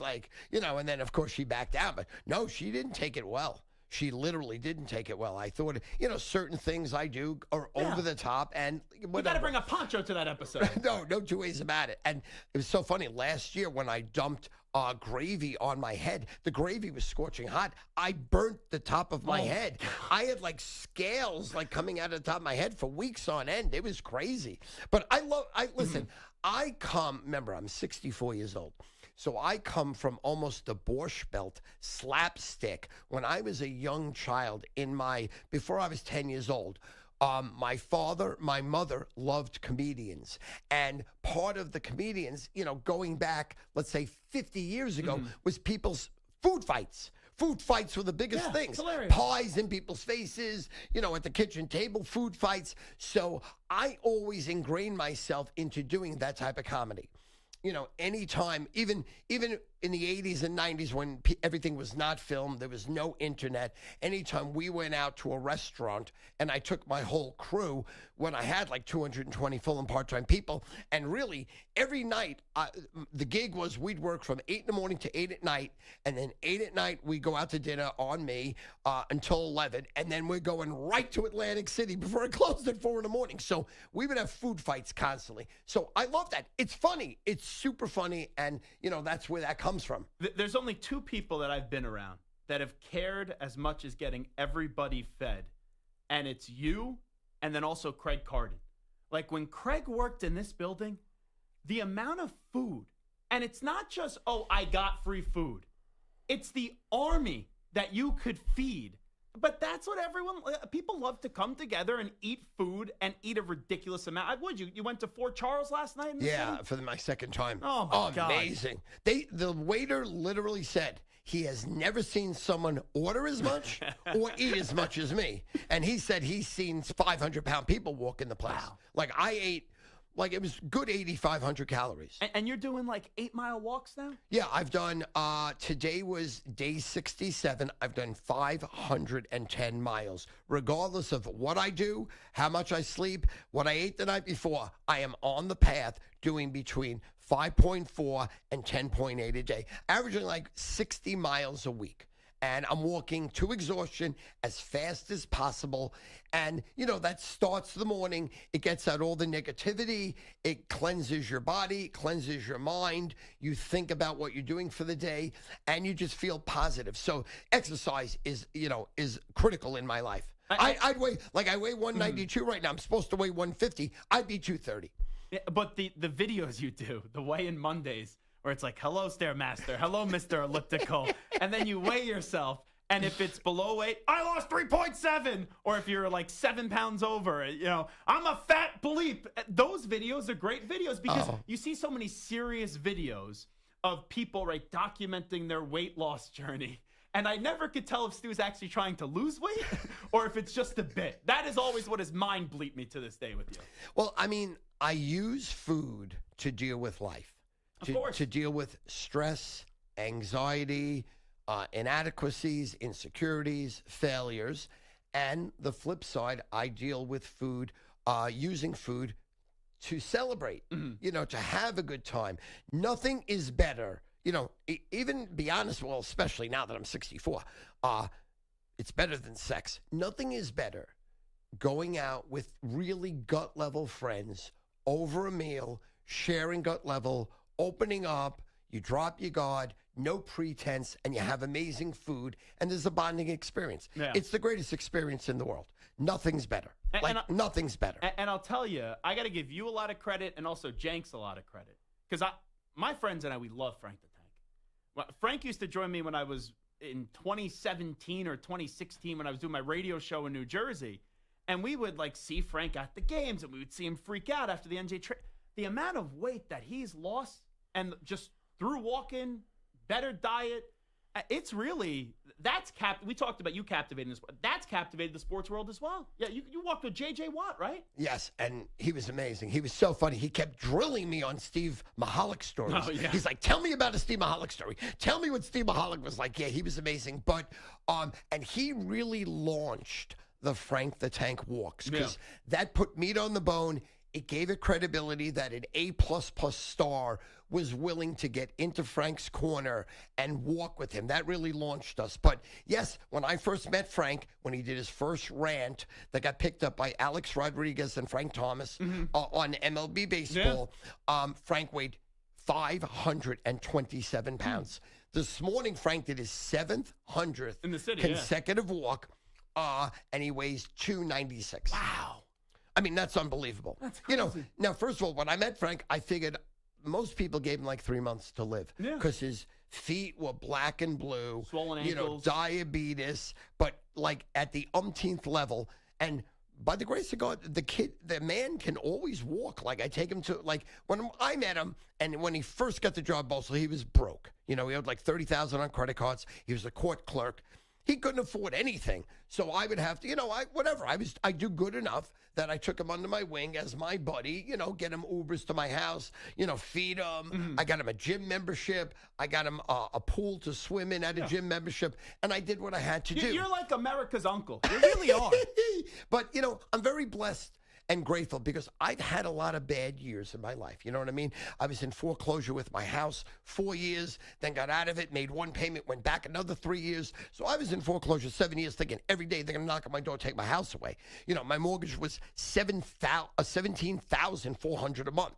So, I know what it is to really struggle, to really, feel less than. So when I see someone in trouble, and especially my weight, I've struggled my whole life. I was up to 262, as low as 148. I was a fat slob when I met you too. Right, you were huge. You were enormous. So I really loved Frank, and I really wanted to help Frank, and he was such a good human. You know what I mean? He's a good person. Yeah. And so, like,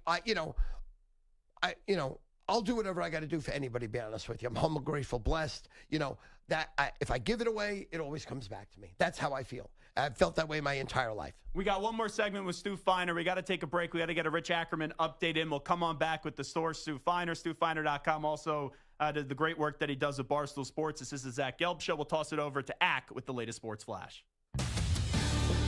Infinity Sports Network.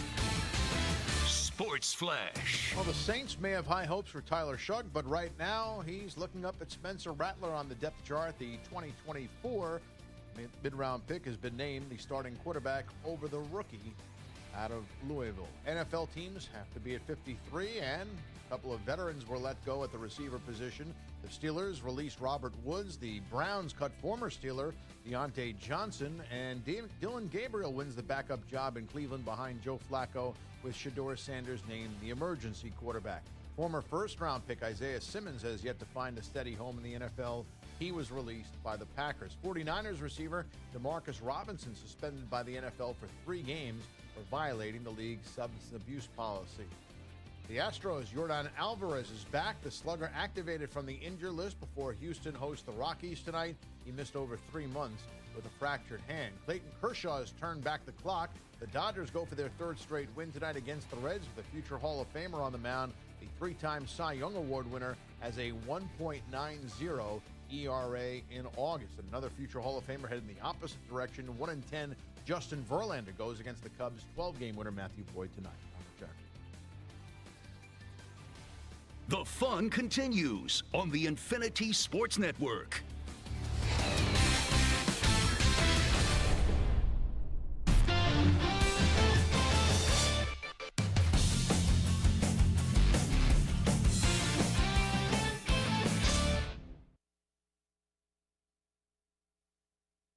You're in a 5-minute break.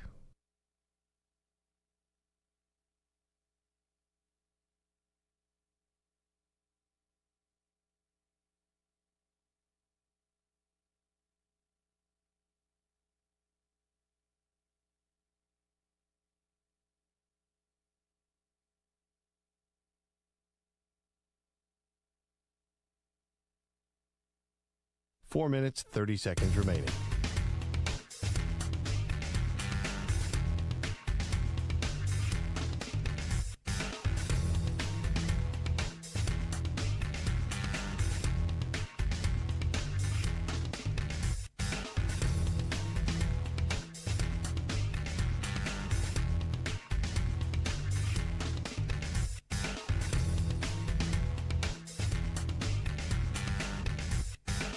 4 minutes remaining.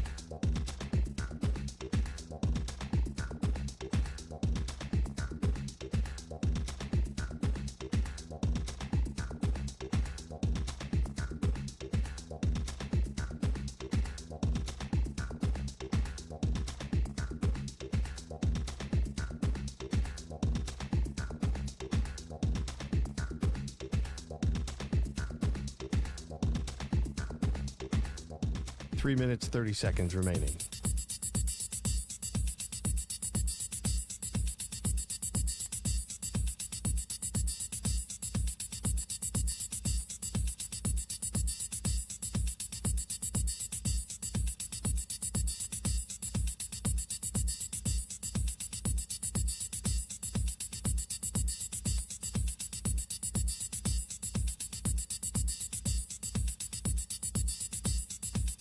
Three minutes remaining.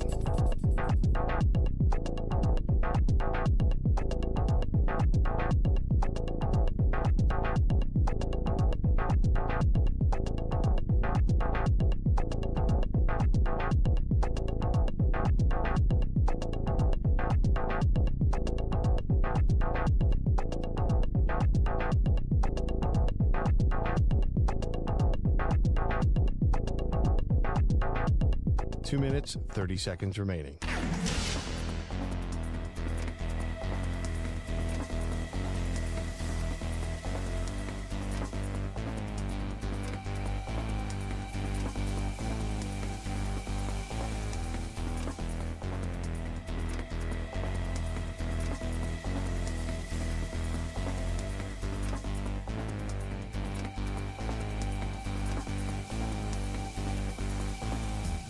Two minutes remaining.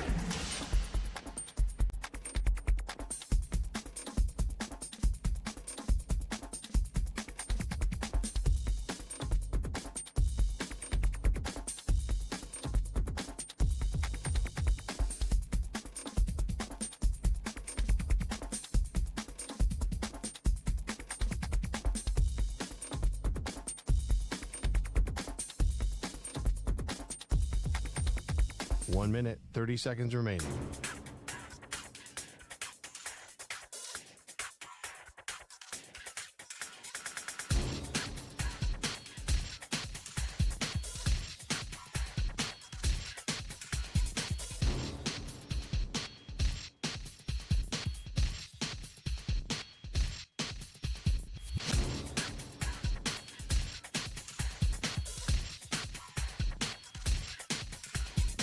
One minute remaining.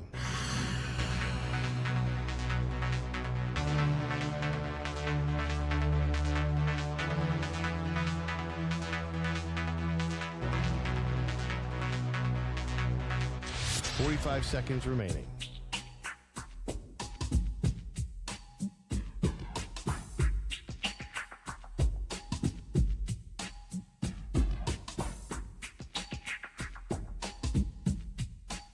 Seconds remaining.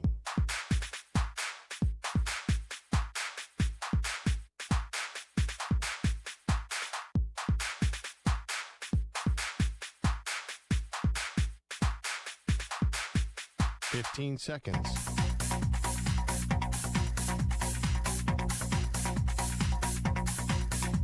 Break ends in 5 seconds.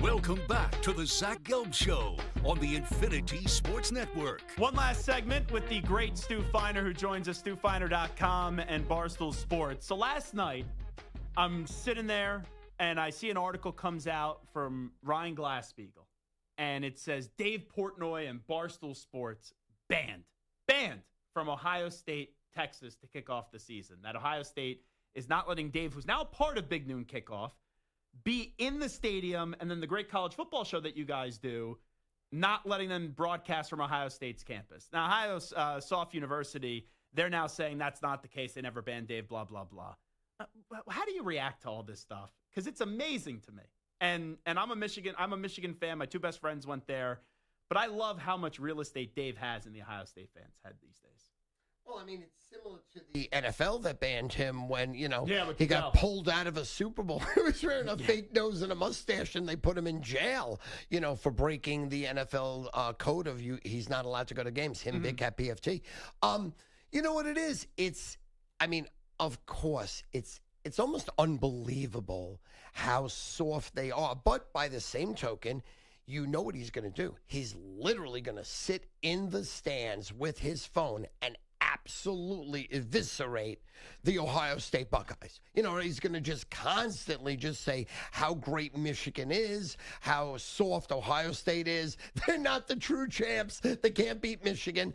And in this day and age, I'm sure people don't want to see it. They don't want to hear Dave. And, I love Dave. We're for Dave. We back Dave. But, it's weak. They're the champions. But by the same token, Dave could just twist it the way no one can twist. That's what makes Dave Dave. Well, that's the interesting thing to me. The AD for Ohio State, Ross Bjork, comes out today, and he goes, well, Dave's not banned from the stadium. It was Big Noon who didn't want him in the stadium. It was Fox who didn't want him in the stadium. Oh, if I'm Dave, then you got to walk in the stadium on Saturday.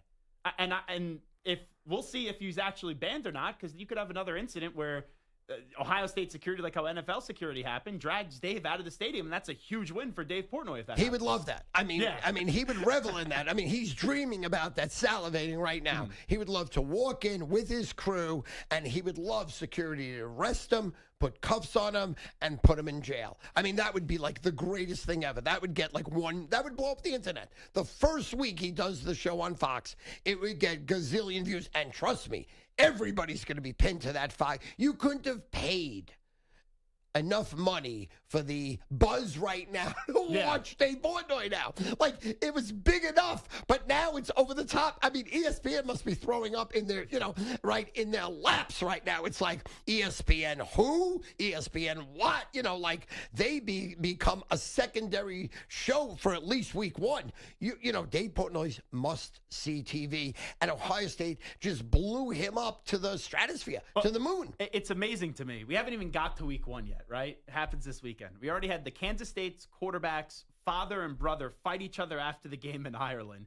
And Dave is still in Ohio State's head. And we haven't even got to week one of the actual college football season. Oh, God. It's going to be an epic college football season. It's gonna be unbelievable. It's going to be the greatest storybook ever. It's like, a drama. It's like a soap opera. It's like a reality show, but the best ever. Is the source Stu Feiner? Is he buying the Arch Manning hype train right now? Oh, 100%. He's amazing. He's absolutely amazing. I don't know if they're going to beat Ohio State. How I pick my games is day of, 30 minutes before, I see where the really sharp money, the millions, hundreds of millions of dollars a bet. But, yeah, he's amazing. He's absolutely amazing. He's great. He's everything that they say he is. What's your favorite bet that you've ever won? Because I was fortunate enough where I got to watch one Wild Card Weekend with you, and you're very calm. You're very calm, even when things may not look like they're going your way. And then eventually something happens, and it does go your way. And when you won every bet the day I was with you watching the games on Wild Card Weekend, and there was a UFC card at night. But when you go through this and you look back at all these bets that you played, is there one that still stands out to you that's like, okay, that's the bet that really defines Stu Feiner? There were two bets when the Broncos beat the Panthers in the Super Bowl. Everybody just wrote them off. But the 15-1 Panthers, yeah. Right. The main there's two bets prior to that. When the Dallas Cowboys went on the road and beat the San Francisco 49ers before they annihilated the Bills in the Super Bowl, there was nobody alive that thought the Cowboys were good enough to beat the 49ers. I'm talking 99.9% of the world did not believe in Jimmy Johnson and the Dallas Cowboys. And I had the Cowboys throughout that whole season. I had them winning the Super Bowl. That was amazing. that was one that will stick in my mind forever because it really gave me insane credibility forever because people thought that the 49ers were invincible and there's no way they could lose. And then going back to when I went into the business, 1980, when the Oakland Raiders beat the Philadelphia Eagles, when Ron Jaworski and Dick Vermeil's team, and they were the darlings of the NFL. They were a 4.5-point favorite, and the Oakland Raiders were really like the dreck of society. They were cheaters, they were criminals, and then they were the bad guys, and the Eagles were the good guys. And me and my pop were like, there is no way in the world that the Raiders are not going to murder the Eagles, and they did. So I would say the Eagles losing to the Raiders. So number one would be the Raiders, 1980 Super Bowl. In New Orleans, yeah. Number two would be the championship game, the Cowboys beating the Niners, and then the Broncos beating the Panthers. Those stand out in my mind, like epically. It's amazing. You've been here with us for 52 minutes. People were betting today in the newsroom how many times you would curse or how many times you'd have to dump your audio. I think this was a great 52-minute audition where we got PG Stu. We got entertaining, clean Stu. I think Portnoy, I know he's doing the big noon stuff, but they're going to do that daily show for FS1. Yeah, 8 a.m. to 10 a.m. Listen. I got to see Stu Feiner on it. I'm caught in a box because what works is R and X Stu. Of course. That gets gazillion views. It gets the A++ personalities in the world to blow it up. But I can do G, I can do PG, I can do PG-13 all day, twice on Sunday. I've given thousands of speeches in my life to schools with, third graders, second graders, first graders. I know how to control myself. Yeah. So I can give it the goal and still be entertaining. The two people that I think are wild cards, if they'll get on the show or not, that I want to see, you and then someone that I grew up listening to, Kirk Minahan. Right. Who I love. I know some people don't like Kirk.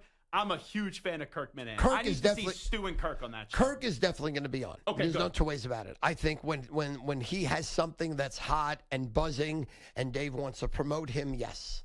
So I think he will. I don't know with me because I just don't know. The main thing is he has people under salary, big salaries that he has to push, that he has to promote. So this is a perfect way to do that. With me, he thinks that the Sports Advisors show, Barstool Sports Advisors, that is enough for me. Plus, he likes to protect that I am not filtered on everything else. He likes that. The only way you're going to see Stu, Barstool Sports Advisors. So I put myself in a little bit of a box where I do so amazing on that show that he wants me to stay there.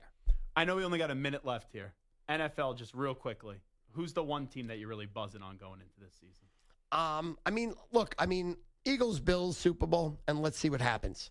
That'd be fun. I'd sign up for that right now. And I would say right now, Astros, Brewers, World Series, and Astros take it all. Okay. StuFeiner.com, the great Stu Feiner from Barstool Sports. It was an honor to have you in studio. Love you. Thank you so much for the opportunity and trust. Thank you so much. Yeah, of course.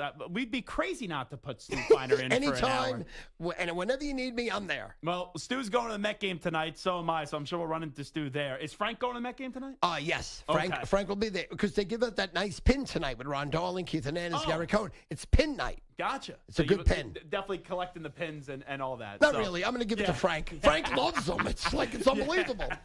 All righty. That is Stu Feiner from Barstool Sports. Once again, check him out, StuFeiner.com. He's a legend. There's really nothing else that I have to say. We got one more hour to play. It is the Zach Gelb Show on the Infinity Sports Network. It is a Tuesday. We'll do a little overreaction, proper reaction next.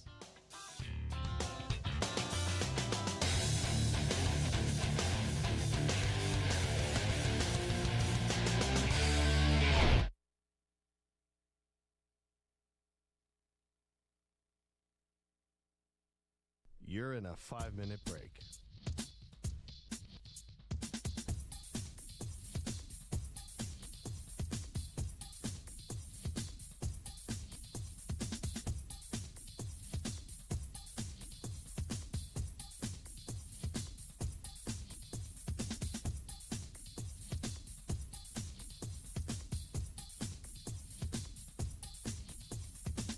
Four minutes, 30 seconds remaining.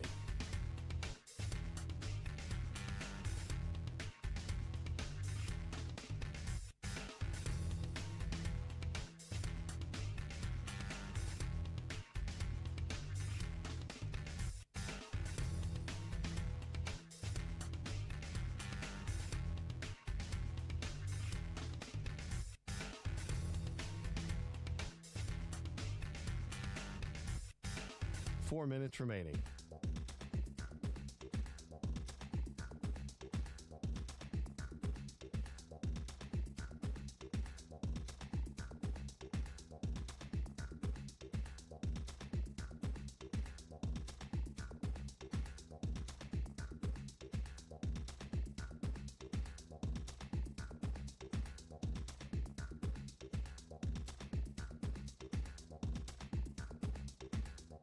Three minutes, 30 seconds remaining.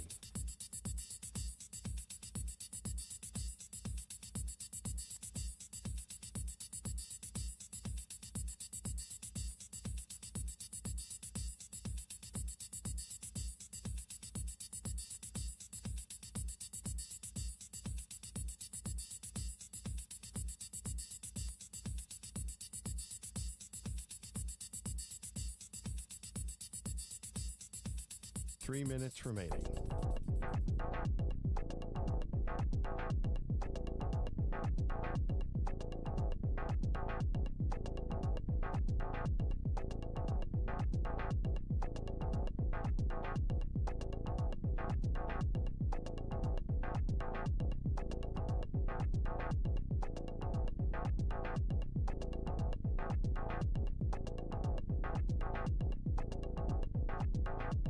Two minutes, 30 seconds remaining.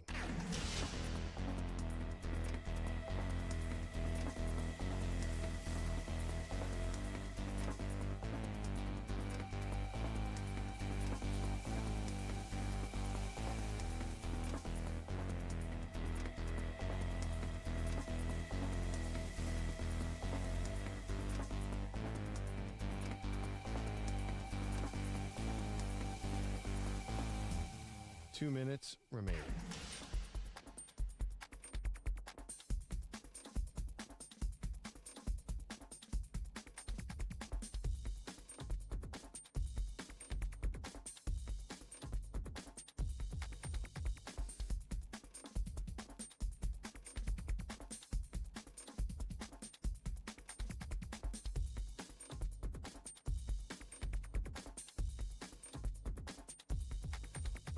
One minute, 30 seconds remaining.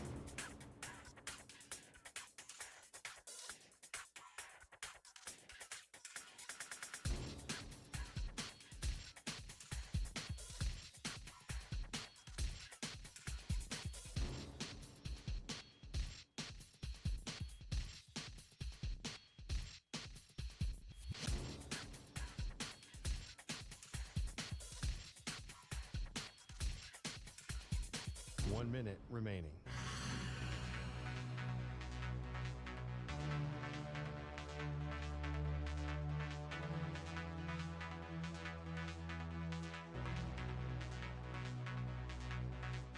Forty-five seconds remaining.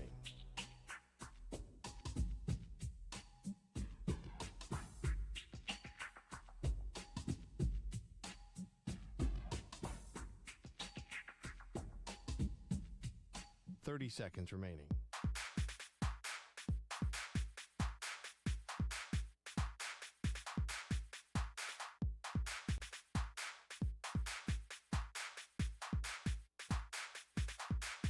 Fifteen seconds.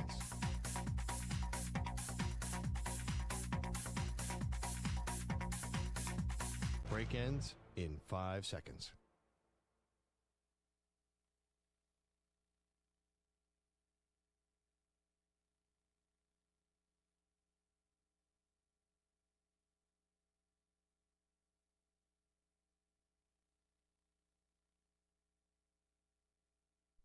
To infinity and beyond.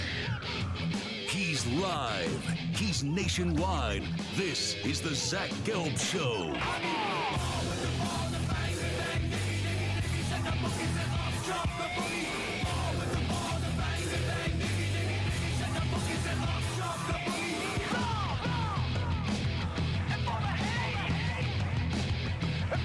Here's your host, Zach Gelb.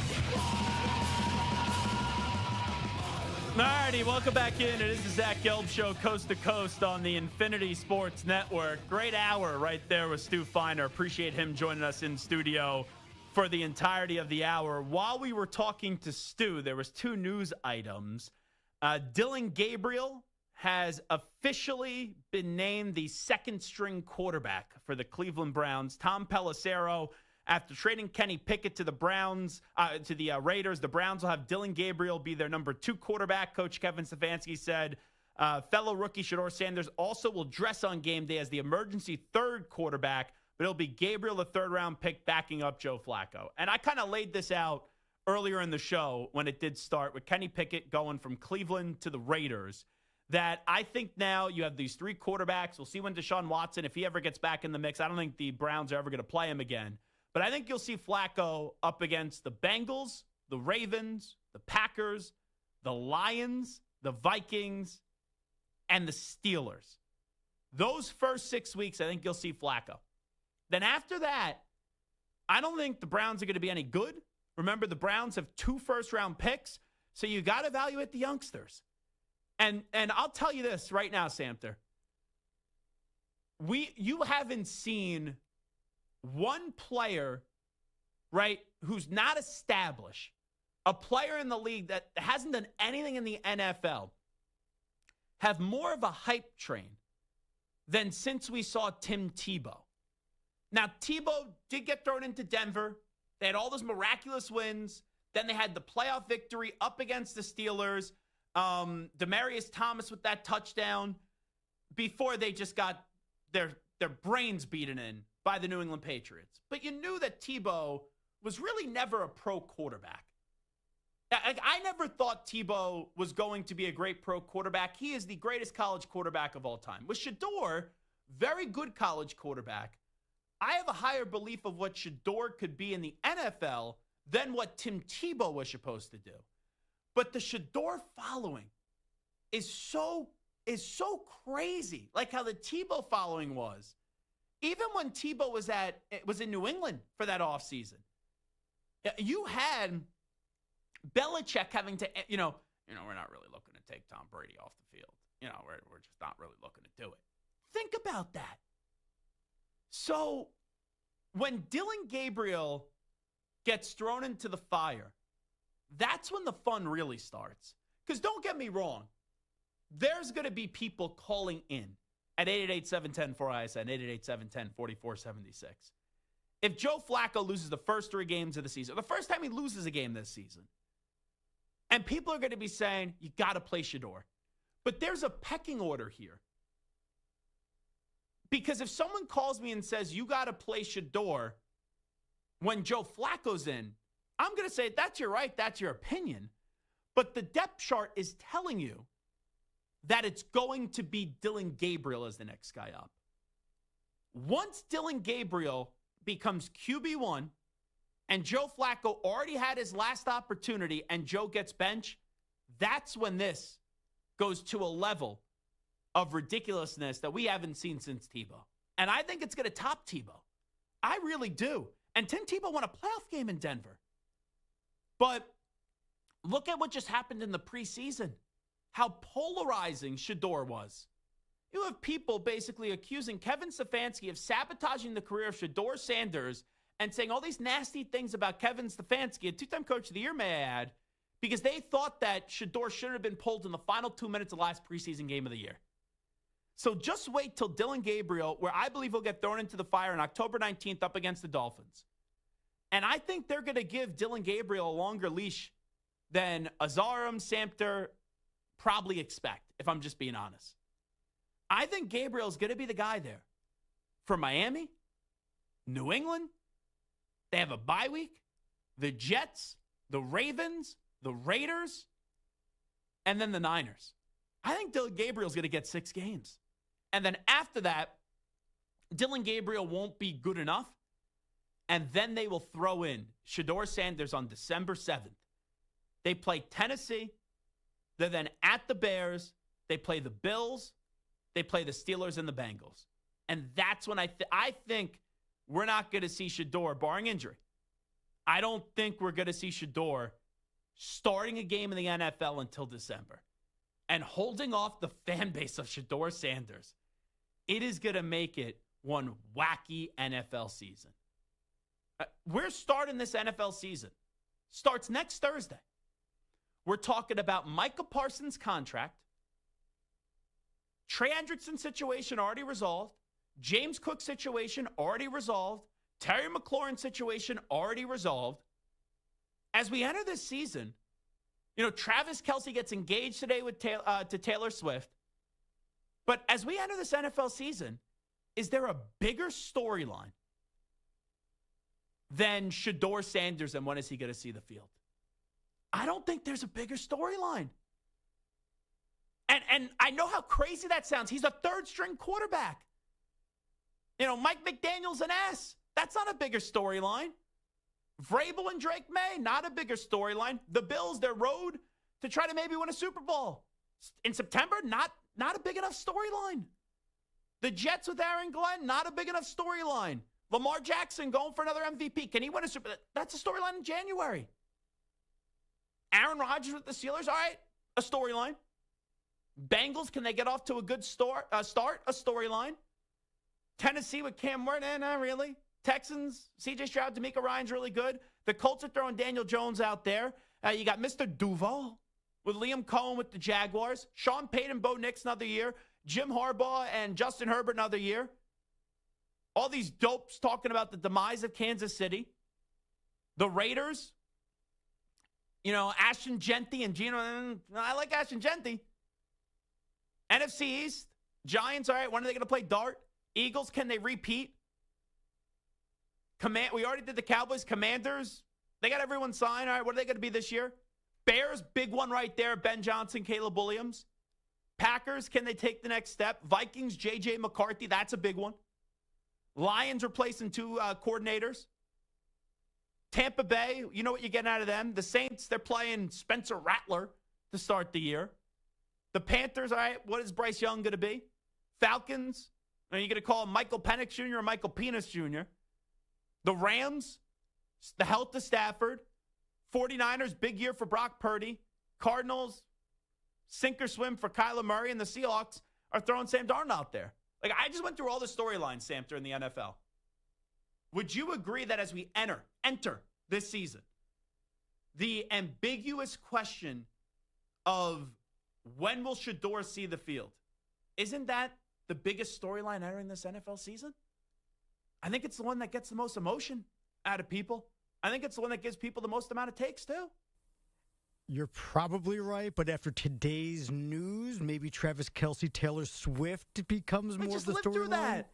Yeah, but now they're engaged. But does anyone care? What I mean by that, obviously people care about their engagement. Yeah. But the NFL fan, like Taylor Swift's probably, I'm going to guess, does the Super Bowl halftime show this year. We've just lived in the last 3 years of Travis Kelce and Taylor. It's not a new story. I know the engagement is new. But them being a couple isn't new. Last year, was Taylor Swift really a big story in the NFL? 2 years ago, massive. Last year, we all grew accustomed to her. Some people don't like her.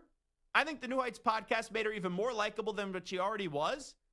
It's wild to me that a third-string quarterback, who we may not even see play until December, you could legitimately argue is the biggest storyline entering this NFL season. I think the only ones that rival this are the Micah Parsons contract. And if Micah plays week 1, that goes out the window a little bit. Or if they give him a new deal, that goes out the window. And then I do think there's intrigue in the NFC North with the Bears and the Vikings and their quarterbacks. But those are some of the biggest stories in the NFL entering this season. I don't think any of them top Shedeur Sanders right now for a 5th-round pick. And a guy that's a third-string quarterback, an emergency quarterback right now. We also got some college football news from Tennessee. Josh Heupel, they have announced his contract extension, and the extension's going to run through January of 2030. Now, I didn't think Josh Heupel was in danger of losing his job entering this season, but we're really going to find out how great of a football coach Josh Heupel is last year. Remember, he made the college football playoff last year. Josh Heupel is a very good coach. He was at UCF. Then the last few years at Tennessee, had Hendon Hooker. Unfortunately, then Hendon Hooker got hurt. Last year, had a team that made the college football playoff. They didn't show up against Ohio State. But you look at Tennessee now without Nico Iamaleava, now people talking about the Volunteers entering this season. And you look at their schedule. They open the year up against Syracuse. They then play East Tennessee State. Syracuse, you can't sleep on them. Fran Brown's a really good coach. Then Georgia mega game. Then they play UAB, Mississippi State, Arkansas. Now, you look at the schedule. Would we be crazy first 1, 2, 3, 4, 5, 6 games of the year to see Tennessee rush out to a 5-1 start? And then after that, in terms of really tough games, they play Alabama. They then play Kentucky. They should beat them. Oklahoma, we'll see if Mateer and Venables can get things going. They then play New Mexico State. We'll see what Florida looks like on November 22nd, and they play Vanderbilt. If Heupel has this team in the playoff this year, it's a remarkable coaching job, especially after losing Iamaleava and then bringing in Joey Aguilar, who did come over after his brief little stint in there with UCLA with the Bruins. So I'm very curious to see how we're talking about Heupel. And I think that's an underrated storyline entering this college football season. Because Tennessee, right, last year, Tennessee feels like one of those teams that's not going to win a national championship, right, for the foreseeable future. They feel as if they're one of those teams, you just make the college football playoff, maybe you win a game, right? That's just what they feel. They don't feel to me like Alabama who could win a national championship, Georgia who could win a national championship, Clemson who could win a national championship, Ohio State who could win a national championship. That's not who Tennessee feels like.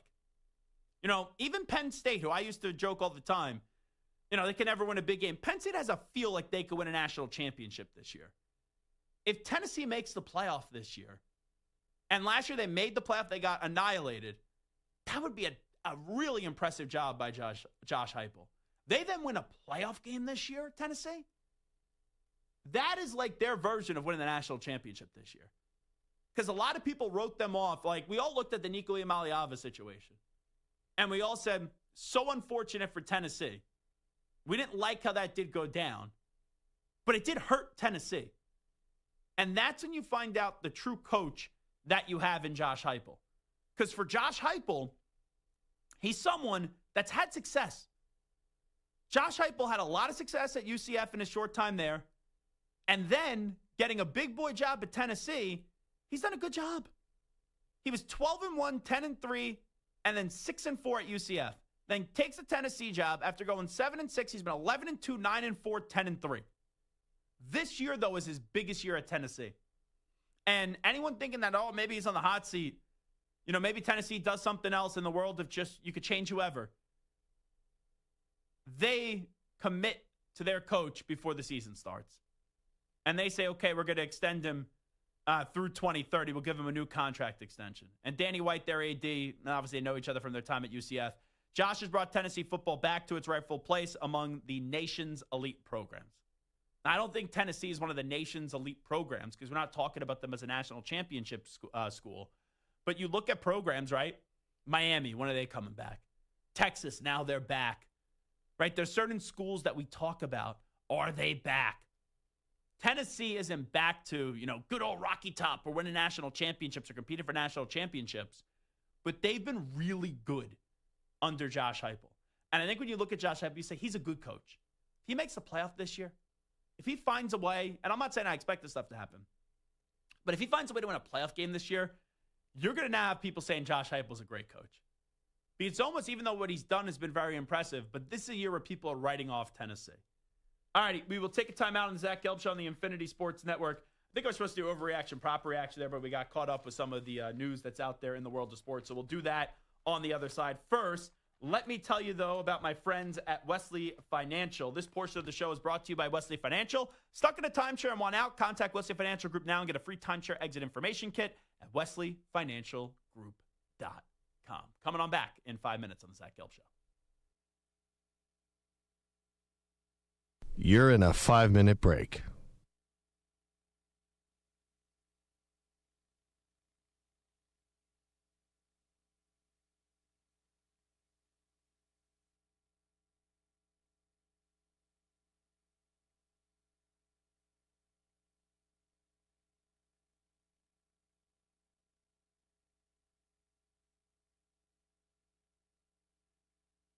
Four minutes, 30 seconds remaining.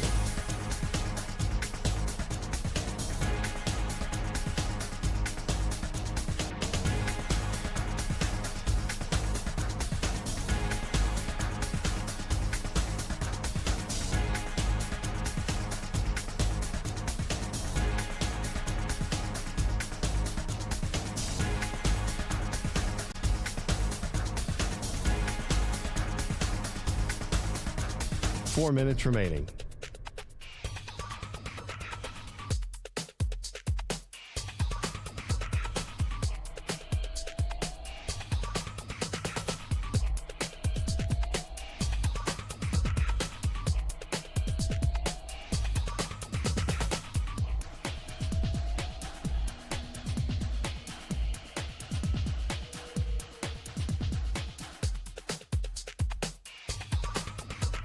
Three minutes, 30 seconds remaining.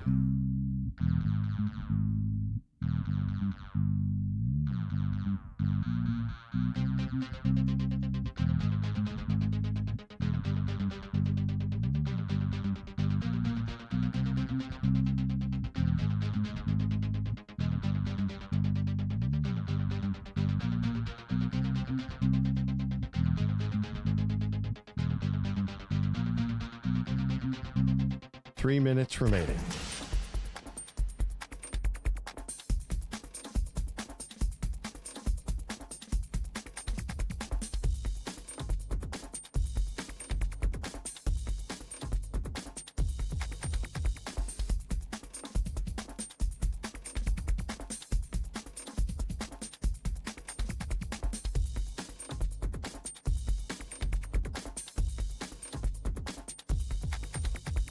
Two minutes, 30 seconds remaining.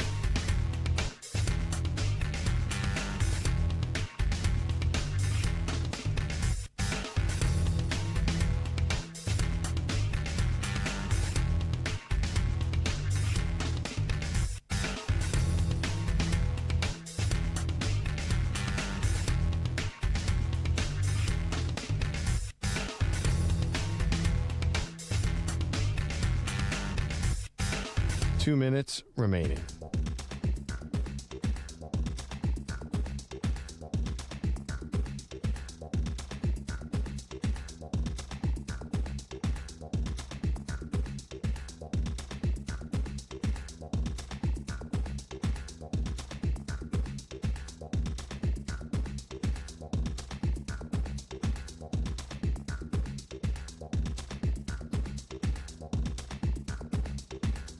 One minute, 30 seconds remaining.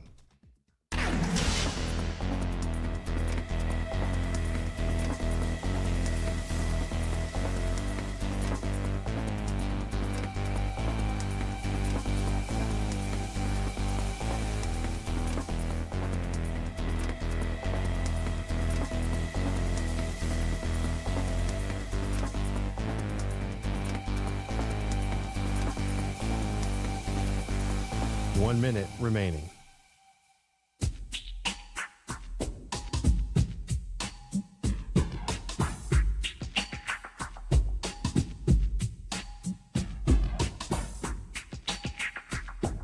.45 seconds remaining.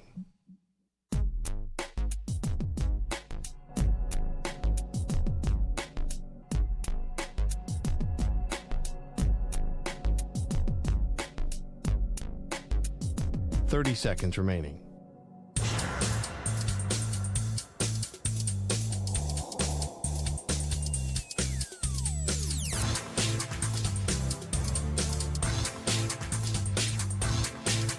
.15 seconds.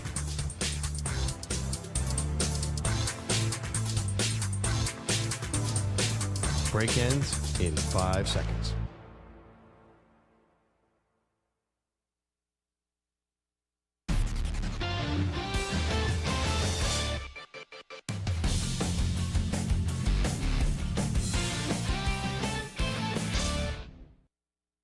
Another football week is complete, which means it's another week to freak out about your favorite team. Which takes are truly crazy? But sometimes a game can be so bad, it's almost good. You know what I'm saying? No. And which are so crazy, they might be right. He's 6'5", he's 245 pounds. He's probably a Popeye's biscuit away from being a tight end. Zach lets you know in this week's edition of Overreaction or Proper Reaction. All right, it is Overreaction, Proper Reaction on the Zach Gelb Show. Samter, I actually have a question for you out of the gate. Okay, I am curious. I'm going to have you give me, is this an overreaction or proper reaction? So last week I revealed that I was invited to a birthday party, and that birthday party is on Saturday, September 6th, which, I'm going to be honest, I'm going to get myself in some trouble here. I'm not thrilled that this birthday party is going on this early in the college football season. Now, Michigan is playing Oklahoma at 7 or 7:30, so I'm going to be occupied with that. The party starts at 9. I'm sure the game's going to be on in some capacity. I'll find a way to watch.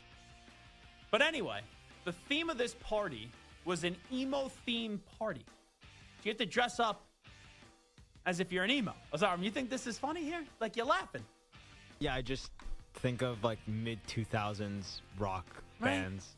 Like, if you think Zach Elb is painting his nails and doing eyeliner, that's not happening.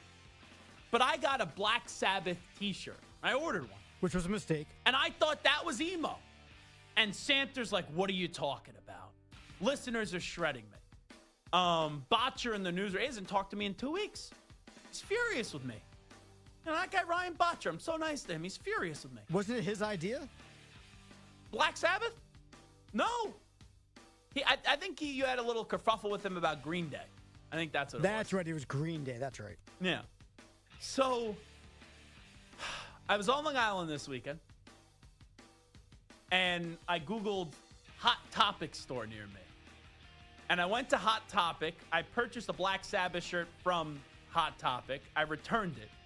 That store is an experience, by the way. I felt so out of place. And I ended up getting a My Chemical Romance t-shirt. So, overreaction or proper reaction, Samter, I now have a better emo shirt since I'm wearing a My Chemical Romance shirt to this shindig on September 6th. My Chemical Romance is considered one of the premier and originating of the emo groups. Yes, that works. They are the best. Now, I didn't know if emo is offensive. Like, is it offensive? Like if I say Azarm, you're an emo, would you be offended by that? Yeah. You would? Yeah. He would be offended because he's not emo. I'm not emo. Okay. So I didn't know if there were some stereotypes here. Like, obviously there's stereotypes on how you envision what an emo looks like. And I walked into this Hot Topic store, and there's a very nice lady at the counter, but clearly she was, I would think a little bit emo. And I didn't want to be like, oh, I'm invited to this emo party, I need help. And I'm like, oh, I need a new shirt. And then I just saw that there was this My Chemical Romance shirt. It was like lips, and it looked like there was like blood coming off the lips. And I go, okay, that looks emo enough to me. But I didn't have the guts to say, hey, I think you would actually be the perfect person to guide me through this, lady behind the register. Can you walk me and point me into the direction of shirts for emos for this party? So that's what I'm doing right now. Delta 9 Brian, by the way, in the YouTube chat, sent me some great DMs. I actually should have emailed, or I should have DM'd Delta 9 Brian and asked him what was good, because he said he went through a big emo stage many, many years ago. All righty. Anyway, overreaction, proper reaction. Let's get to the foosball. I know people don't want to hear me be so emotional during the show. Well, you know what what? do we got? If you're going to be emotional, then you are emo. Yeah. That's what emo stands for. I am wearing black jeans and a My Chemical Romance shirt. That's all you're getting from me at this party. I mean, the reality is emo represents emotion. That's what the EMO stands for. So there it is. Because then, like, the party starts at someone's apartment, and then it's going to a bar. If you think I'm walking into public with, like, eyeliner on, you're out of your GD mind, all right? You're out of your mind. Okay. Anyway, Santa, what do you got? I would pay to see you in eyeliner, but that's for a different day. It's not how you actually, everyone can get bought. What do you want to start the bidding at? Dinner. That's not enough. That's not enough. Well, as we discussed earlier in the show, the Browns cleared up their QB logjam by trading Kenny Pickett to the Raiders for a fifth-round pick. Pickett, who has now been traded to his fourth team in 3 years after being a first-round pick and amassing a respectable 15-10 record as a starter. This is fourth team? Yeah. Hold on. Got drafted by the Steelers. Was on the Eagles. Because Cleveland and then now the Raiders. Sorry. So this it's wild when you say that. Team number 4 is crazy. And he'll serve as Geno Smith's backup. Overreaction, proper reaction. Our boy, Chris in California, is correct that Kenny Pickett is actually getting screwed and not given a fair shot to start in the NFL. This is the dumbest question I've ever been asked. Like, I'm serious. It's overreaction. Kenny Pickett was okay with the Steelers. Clearly didn't do enough for them to think that he's a franchise quarterback. So he goes to Philadelphia, and the one image I have is Kenny Pickett basically throwing the ball into the ground. And then he goes to Cleveland. He can't stay healthy, and now he's getting another opportunity with the Raiders. This is what happens when you're a backup quarterback. You're a journeyman backup quarterback now. I know you're a Heisman Trophy finalist. I know you're at one point the ACC Player of the Year, but you are now bouncing around from team to team. If you were actually really good, you would get a shot somewhere. You would get a shot, and you would take advantage of that shot. He's gotten shots. He hasn't taken advantage of it. I did text Kenny Pickett the other day. And I know that seems harsh, but I happen to like Kenny Pickett. And I met him once, and I said to Kenny, congrats with the Raiders. Go to Piero's, legendary Italian spot.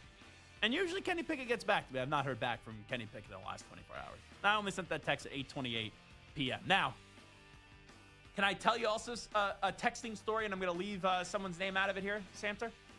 Go for it. I was texting with an NFL general manager today. And I've texted with this general manager, I don't want to say frequently, but enough, right?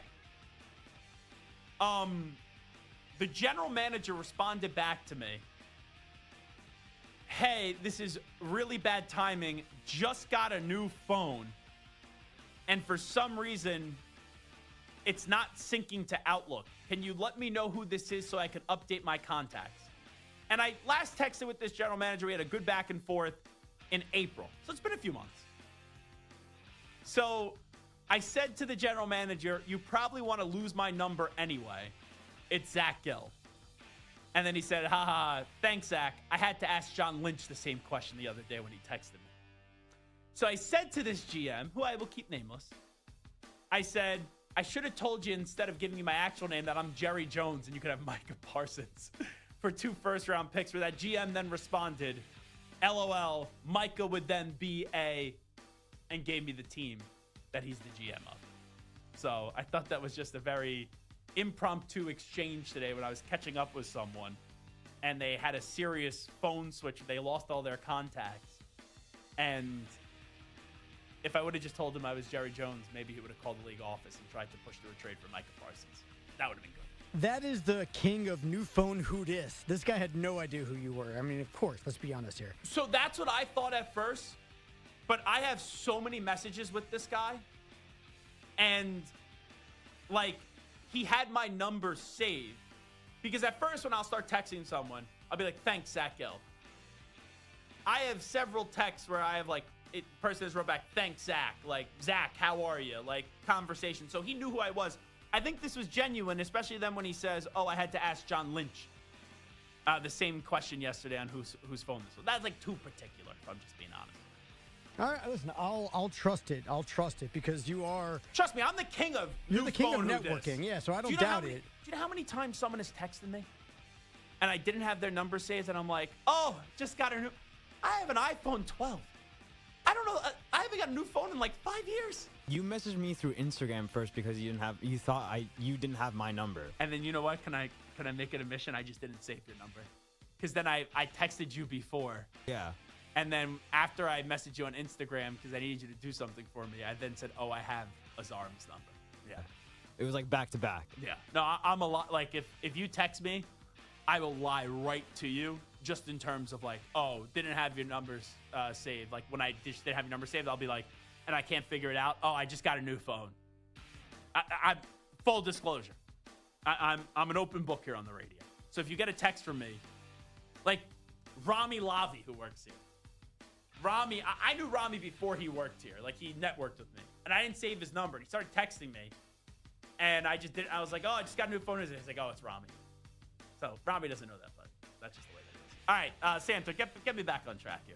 Like, you're like my ADD medication today. I need you to get me back on track. Yeah, I'm not the guy to get anybody back on track. So, here's a question I have for you. We're on question number 2. Okay, we're on question 2, and we are 2 segments behind on this one. As the season approaches, gambling odds are starting to come out, and sportsbetting.ag, one of our favorites, has released their odds for first coach fired. Leading the way is your favorite coach, Mike McDaniel of the Dolphins. That McDoofus. At 2-1. Brian Daboll of the Giants is next at 4-1, followed by the Colts' Shane Steichen at 7-1. And then tied for fourth is Dave Canales of the Panthers, Kevin Stefanski of the Browns, both at 15-2. So overreaction, proper reaction. Mike McDaniel will be the first coach fired this year. I'm going to say that's a proper reaction. With that being said, though, they don't have that tough of a schedule to start the season. They play the Colts, they play the Pats, they play the Bills, they play the Jets, they play the Panthers. The one game that you say they can't win is Buffalo, and that's a divisional game. But I do think that it's McDaniel. And I'll tell you, another coach to watch, and the owner's been quiet as of late, but Dave Canales with the Panthers, I'll give you their first 7 games. None of them I say they're definitely going to win. None of them I say they're definitely going to lose. They're all toss-ups. Jaguars, Cardinals, Falcons, Pats, Dolphins, Cowboys, Jets. The Panthers better be 500 or right around 500. A game or two, give or take 7 weeks through the season. If not, maybe David Tepper says, after 2 years of Canals, we'll say goodbye to you. But I think it's going to be Mike McDaniel will be the first coach fired. So, yeah, proper reaction. Next one. The Giants made wholesale changes at quarterback this offseason, signing Russell Wilson and Jameis Winston before drafting Jackson Dart in the first round. Today, the team released their only remaining quarterback from last year, the fan favorite Tommy Cutlets DeVito. Overreaction, proper reaction. I was doing the Cutlet sign. Mm-hmm. The Giants trio of Russ, Jameis, and Dart is the deepest quarterback room in the NFL.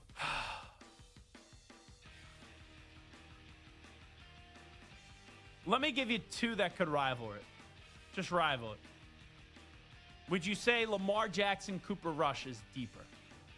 No, and there's not. I don't know who the third guy is behind. There's them. not a third guy. Then no. Okay. And then the only other one, let me just make sure here. I just want to see if I'm going to get this right. I think that's it. Off the top of my head, Minnesota, no. Detroit, no. Tampa Bay, no. The Rams, Stafford and Jimmy G. With Stetson Bennett as their third? Yeah. I guess, because, more top-heavy. Put it this way. Would you rather have Stafford or Russell Wilson? Stafford. If you had to start a game tomorrow, would you rather have Jimmy G or Jackson Dart?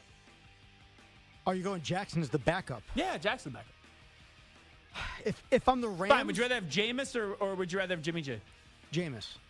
Okay. And would you rather have Jackson Dart or Stetson? Okay. Yeah. I can't crush you for that. It's not the best quarterback room. You know what? Here's another one. What about, I don't know who their third string guy is. I'll look it up right now. But you have Kyler Murray and Jacoby Brissett with the Cardinals. They don't have a third string quarterback. It's not bad. I mean, you can even look at the Browns with Flacco, Gabriel, Shador. Are you being serious? The Jets with Fields and Tyrod Taylor. Stop. You know what? It's not the best in terms of those 3 players, but in terms of the depth of it, there's a lot of quarterbacks I'd rather have over Russell Wilson, Jameis Winston, and Jackson Dart. But for a first string, second and third string quarterback, they're all capable. So you know what? I'll actually go proper reaction there. I really want to say overreaction there, but going through it, it's 3 just solid quarterbacks. All right, next one. After 3.5 quality years with the Raiders to start his career that included 3 Pro Bowl appearances, Amari Cooper is returning to the team that drafted him. While the 30-year-old Cooper had a down year last year between Cleveland and Buffalo with just 500 yards, he did have back-to-back seasons over 1,100 yards in 2023 and 2024 with the Browns. Overreaction, proper reaction, Amari Cooper is still a Pro Bowl caliber receiver in the NFL. That's an overreaction. I think at this stage of his career, he's just a really good number 2 wide receiver. I've always liked Amari Cooper, but we talked about this yesterday. Terry McLaurin's not even a top 7 or 8 wide receiver in the NFL. So Amari Cooper is not going to be in that range to make a Pro Bowl caliber level. I don't think he's a Pro Bowl caliber player anymore, so that's an overreaction. The Texans got a big hit as Joe Mixon will miss at least the first 4 games with an injury. Mixon ran for over 1,000 yards last year, while backup Nick Chubb has combined for just 500 yards in 10 games over the past 2 seasons due to injury. Overreaction, proper reaction. The loss of Mixon will have a major impact on Houston's playoff hopes. Well, it's only for 4 games. That division is not that good. The 4 games right out of the gate, they're not easy, the first 2, the Rams and the Bucks. But after that, you get the Jaguars and you get the Titans. Bare minimum, they should still be 2-2. So I don't think that's going to have a major impact on their playoff hopes. And C.J. Stroud is a good quarterback, entering year 3. So I'm going to say that is an overreaction when you say the loss of Mixon for 4 games will have a major impact on the Texans' playoff hopes. Overreaction. Now, the Seahawks drafted Alabama's Jalen Milroe in the 3rd round to back up Sam Darnold. Now, reports say Seattle has multiple packages and plays for the explosive Milroe in their game plan. Overreaction, proper reaction, it's a mistake to take out Darnold and put in Milroe in special offensive packages. That's not a bad QB room in terms of just depth. Sam Darnold, Drew Lock, Jalen Milroe. It's not terrible. It's not terrible. If you were telling me you're taking Tom Brady off the field, or you're taking Lamar off the field, you're taking Josh Allen off the field, you're taking Patrick Mahomes off the field, Jaden Daniels off the field, Jalen Hurts off the field, Joe Burrow off the field, I got a problem. But when you tell me you're taking Sam Darnold off the field and you would use kind of Jalen Milroe 5 yards out to maybe run the football, I don't have a problem with that whatsoever. So it's a mistake to take out Darnold and put in Milroe in special offensive packages throughout the season. I'm going to go overreaction. Now, the one I was just about to get to, the drama between Micah and Jerry is not going away anytime soon, but Dak Prescott doesn't seem all that concerned. Dak discussed Micah's situation and is clearly not losing any sleep over it. No, I've got confidence. I've told y'all that way back when, and I'm just going off of experience, honestly. No different than mine, so I've got confidence in that. Just hoping, which I know he is, he's ready to play. Overreaction, proper reaction. Dak is being a bad leader by not publicly backing Micah and pressuring Jerry to get a deal done. Oh, that's a bunch of hogwash. That's overreaction. Dak just lived through this situation. He's just saying he's not going to take the bait pretty much on any of this stuff. I don't think he's going after Micah there. And he knows that they need Micah. But I don't think he needs to add more fuel to the fire here. There's already enough fire that's spreading wild. So I give Dak a pass on that. I would go overreaction. You got one more for me? I got one more for you. Coach Prime in Colorado opened their season up against Georgia Tech, who came into the season with high expectations after an epic 8 overtime loss to Georgia last year. This week, Yellow Jackets DB Clayton Powell-Lee gave the Buffaloes some bulletin board material. Everybody says it's a different experience, but I've experienced some crazy stadiums since being here. So just knowing that, not trying to overhype it, honestly, like it's another game. I know they bring out celebrities, they do all this crazy stuff, but we're playing football. Then none of them playing. They can hype you up all they want to, but you on the field, not them. The Buffalo out there on the field. Exactly, like, come on. So yeah, just playing fast, like not dwelling on that type of stuff. Like, that's all I can say. That's bulletin board material? I mean, just being like they got celebrities and they don't play. He's right. He's basically just saying they're all hype, no substance. He's like, is he though? He's just saying the key plays. I know it's only the ACC, but he's saying he's played in some loud stadiums. Like, it is what it is. I don't think that's crazy. I think it's kind of he's kind of taking a jab at that narrative that Colorado is kind of just, all flash celebrities, but on the field, whatever. Yeah. So overreaction, proper reaction. Despite losing the Heisman winner Travis Hunter and Shador, anything short of a bowl game will be a disappointment for Colorado. Oh, I'm not saying Colorado's got to have 8-9 wins, but they got to at least make a bowl game this year. They got to be a 6 or 7 win team. So I think that's a proper reaction. Anything short of a bowl game will be a disappointment for Colorado. Yeah, I would say that's a proper reaction. Real quickly, Ak, let's see if you could nail this. I just saw this on my timeline. This was a quarterback that was in the league. This quarterback was in the league from 2006 to 2017. He is going to jail for 4 days per TMZ Sport after agreeing to a plea deal in a DUI case. You know who this quarterback is? We call him Almanac with the sports knowledge. I don't. There was somebody that came to mind, but I didn't want to slander somebody by guessing wrong. So you should tell me. Well, hold on. Let's do this real quickly. I'm going to turn off my microphone and turn off your microphone too. There are still live mics, but I'm going to say I'm going to pass. I'm going to say I don't know this one. Did the first name begin with a J that you were thinking of? It did. Did the last name begin with a C? No, I don't Okay. believe so. Are you thinking Jamarcus Russell? No. Oh.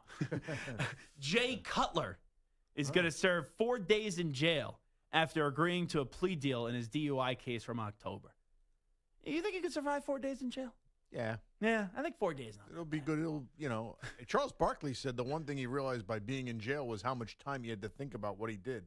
Yeah, So- like if you're telling me 4 months, different story. 4 days, I think it could do 4 days with 4 days in sets him jail. straight a little. Yeah. So should we do like a group trip? We'll go 4 days in jail. I'm All of not us here at the doing that, Infinity no. Sports Network.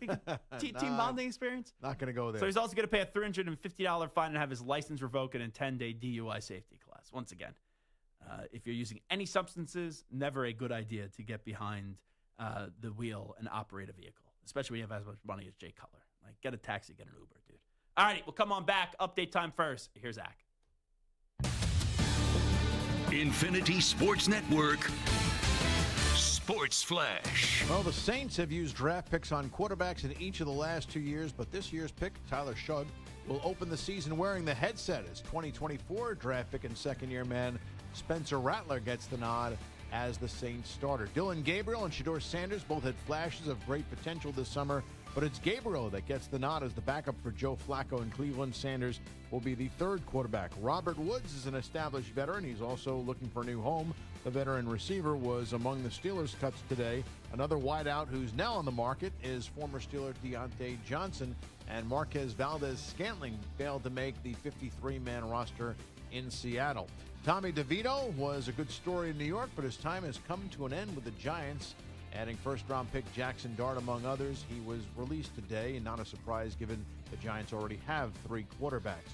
Yordan Alvarez is back after missing more than 3 months with a fractured hand. The Astros are activating their slugger before tonight's game against the Rockies. The Phillies and Mets continue their series at Citi Field. The NL East leaders blew a 3-0 lead last night with Christopher Sanchez on the mound, and watched the Mets post 13 unanswered runs. I'm Rich Acker. This is the Infinity Sports Network. Follow us on Instagram. Our handle is Infinity Sports Network. That's Infinity Sports Network to follow us on Instagram.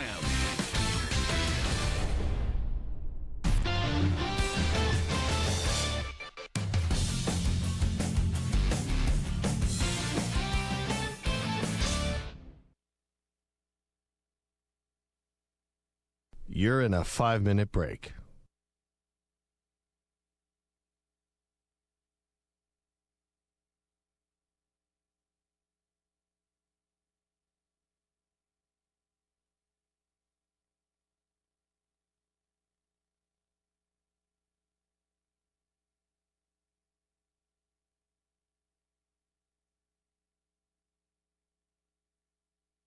Four minutes, 30 seconds remaining.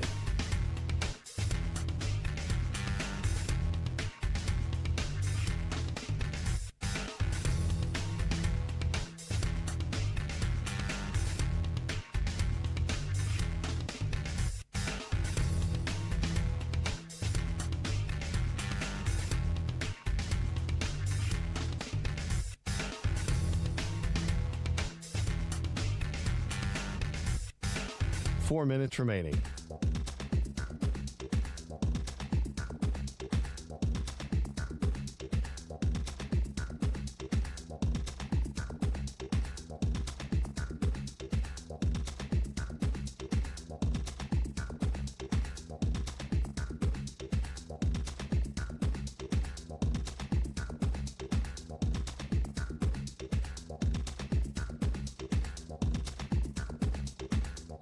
Three minutes, 30 seconds remaining.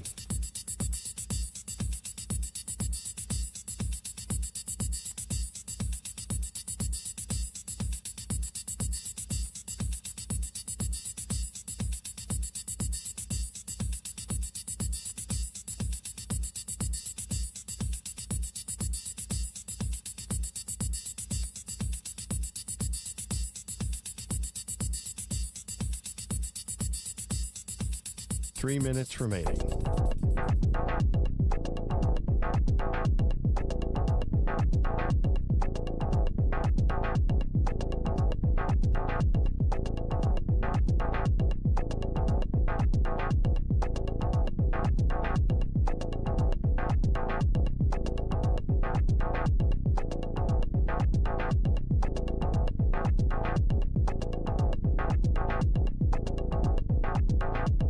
2 minutes, 30 seconds remaining.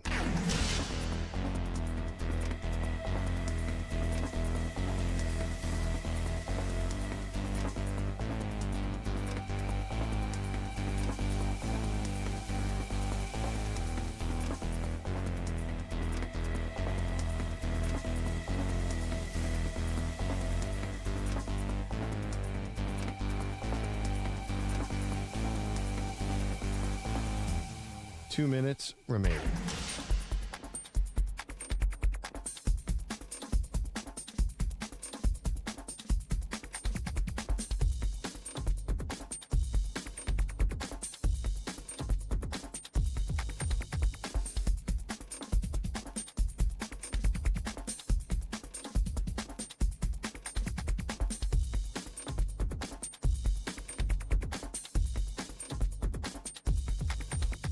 One minute, 30 seconds remaining.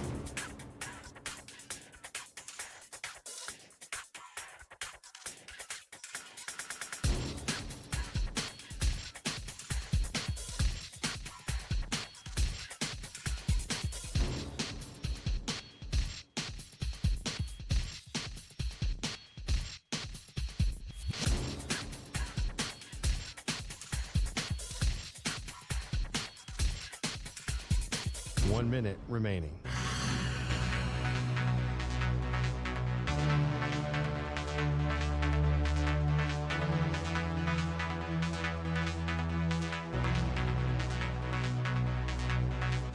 Forty-five seconds remaining.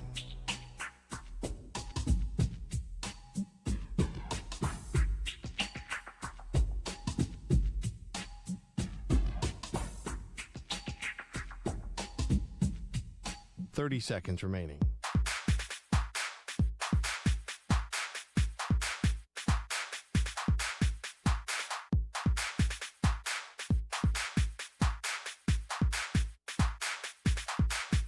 Fifteen seconds.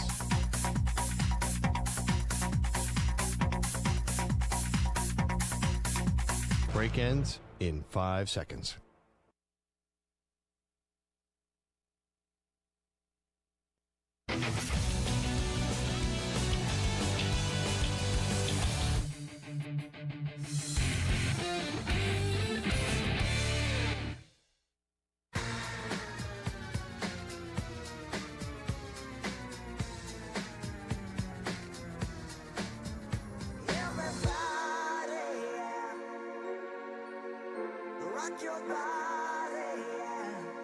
Hey, this is Howie. And this is Nick. We're from the Backstreet Boys. And you're listening to the Zach Gelb Show. And guess what? Zach is back. All right. He's live. He's nationwide. This is the Zach Gelb Show. Oh, my God. We're back again. All righty, the Defensive Player of the Week is brought to you by Navy Federal Credit Union. Our members are the mission. This week's Defensive Player of the Week is Dodgers pitcher Emmett Sheehan, who went 7 innings, gave up 2 hits, a walk, and fanned 10 batters in last night's Dodgers 7-0 win over the Cincinnati Reds. So, Azaram, real quickly, he's showing me this video. So, Stu is out this entire week. He's on vacation. Right, you go to vacation, you think, oh, like Stu would take his girlfriend somewhere. Or I don't know, maybe even if it's not like some crazy trip where you get on a plane, like maybe go to a beach or something. So, Stu yesterday, there's a video that's kind of blowing up on Instagram. And Liverpool was playing, Azaram? Yeah, Liverpool was playing against Newcastle. And Stu is a Liverpool fan? Yeah. Okay. So he texts, I guess, Dexter Henry, who works here. And the two of them went and watched this game together at a bar. Yeah, Carragher's bar. And there was a goal. Was it the winning goal? It was a goal in the 100th minute. It was the last minute, and the guy who scored it was a 16-year-old. Making his 16-year-old making his debut in the Premier League. So he's better than Freddie Adu. Oh, yeah. It's not even close. Was it a serious question? So the 16-year-old scores, and Stu is going wild. Absolutely. He nearly fell out of his chair. Yeah. The back of his chair almost broke. So Stu's going crazy, like hugging Dexter Henry right there, embracing, a lot of man sweat A lot of big guys, flapping back and forth, Dexter Henry and Stu Kovacs. So, first off, I know people go watch soccer in this city, and you have like these crazy people that watch soccer, scream, they go nuts. How big of a game was this? It was a very big game. It was the context. You don't think it's a big game, Samter? It was a big game in the sense that these are two big, important teams, and Liverpool won the championship last year, but this is the second or third game of the season.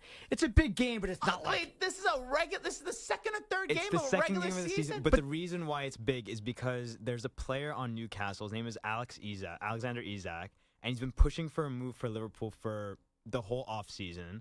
Mm-hmm. And Newcastle have basically suspended him from training with the team, from playing any games, because they want him to stay and he wants to move, and Liverpool want to break the transfer record or transfer fee record to sign him. There's too much soccer. I can't keep up. The season just started again?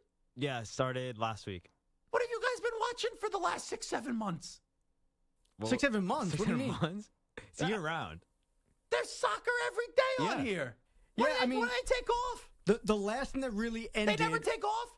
No.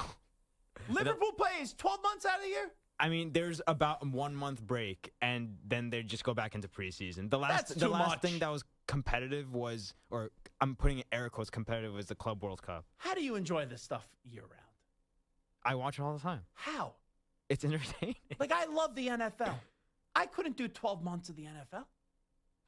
I love the NFL. No one loves the NFL more than me to in be college. fair, I didn't watch much of the Club World Cup, so I took a break there. Well, actually, I don't know if you know this. Samter was big on that Club World I Cup. heard. And you are the soccer snob around. I heard. And Samter's really had this, it's not that big of a deal. It's because like a brand new thing, and you look advocate. disgusted with Samter. Because I advocate a lot for players like taking breaks, and there's just too many injuries. Yeah. So, in things that people actually care about, Travis Kelce and Taylor Swift got engaged today. We were going to do this as a segment even before we found out, because there's been a lot of talk of this being Travis Kelce's final season. This is final year on his contract. He turns 36 in October. He's about to get married. He wants to right the wrong from last year, even if the guy doesn't win a championship this year. I know you never want to say never, but I think he's done after this year. I think before they walk down the aisle and say, I do, I believe Travis Kelce, I think he'll get through this season, get married in the offseason, and I don't know if it's I think he'll be retired. Put it this way, I don't think he's going from marrying Taylor Swift in the offseason and then going to OTAs. All right, I don't think that's going to happen. All right, it is Zach Gelb Show on the Infinity Sports Network. Oh, man, Stu on his off day. Spending time with my guy, Dexter Henry. Jumping up and down, take your girlfriend to the beach, all right? Take her out for a nice dinner. Instead, Stu's jumping up and down like a fat kid at a candy store over some regular season game 3 and 2 of some Fugazi soccer season. Big thanks to Brent Pry for joining us. Big thanks to Stu Feiner, the source. Big thanks to each and every one of you. Azarm, thank you. Samter, thank you. Ack, thank you. We'll be back tomorrow. Drew Brees is going to join us tomorrow. And we get things started right at 3 p.m. Eastern, noon Pacific time on the Infinity Sports Network. It is the Zach Gelb Show. Talk manana. We out. Bye-bye. Peace.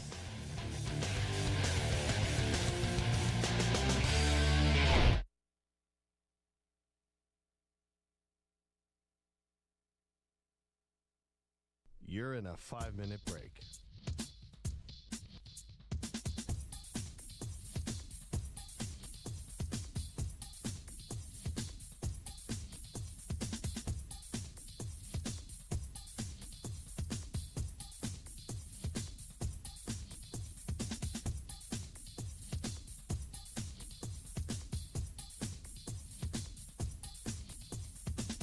Four minutes, 30 seconds remaining.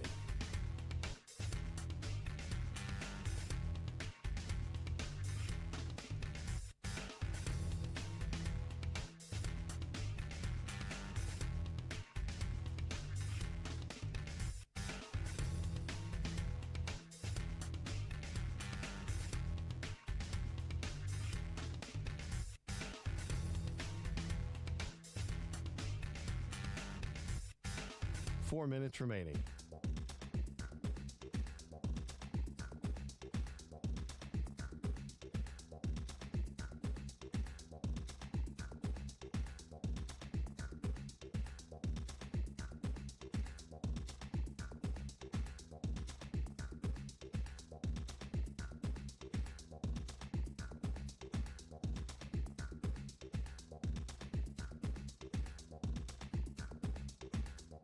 3 minutes, 30 seconds remaining.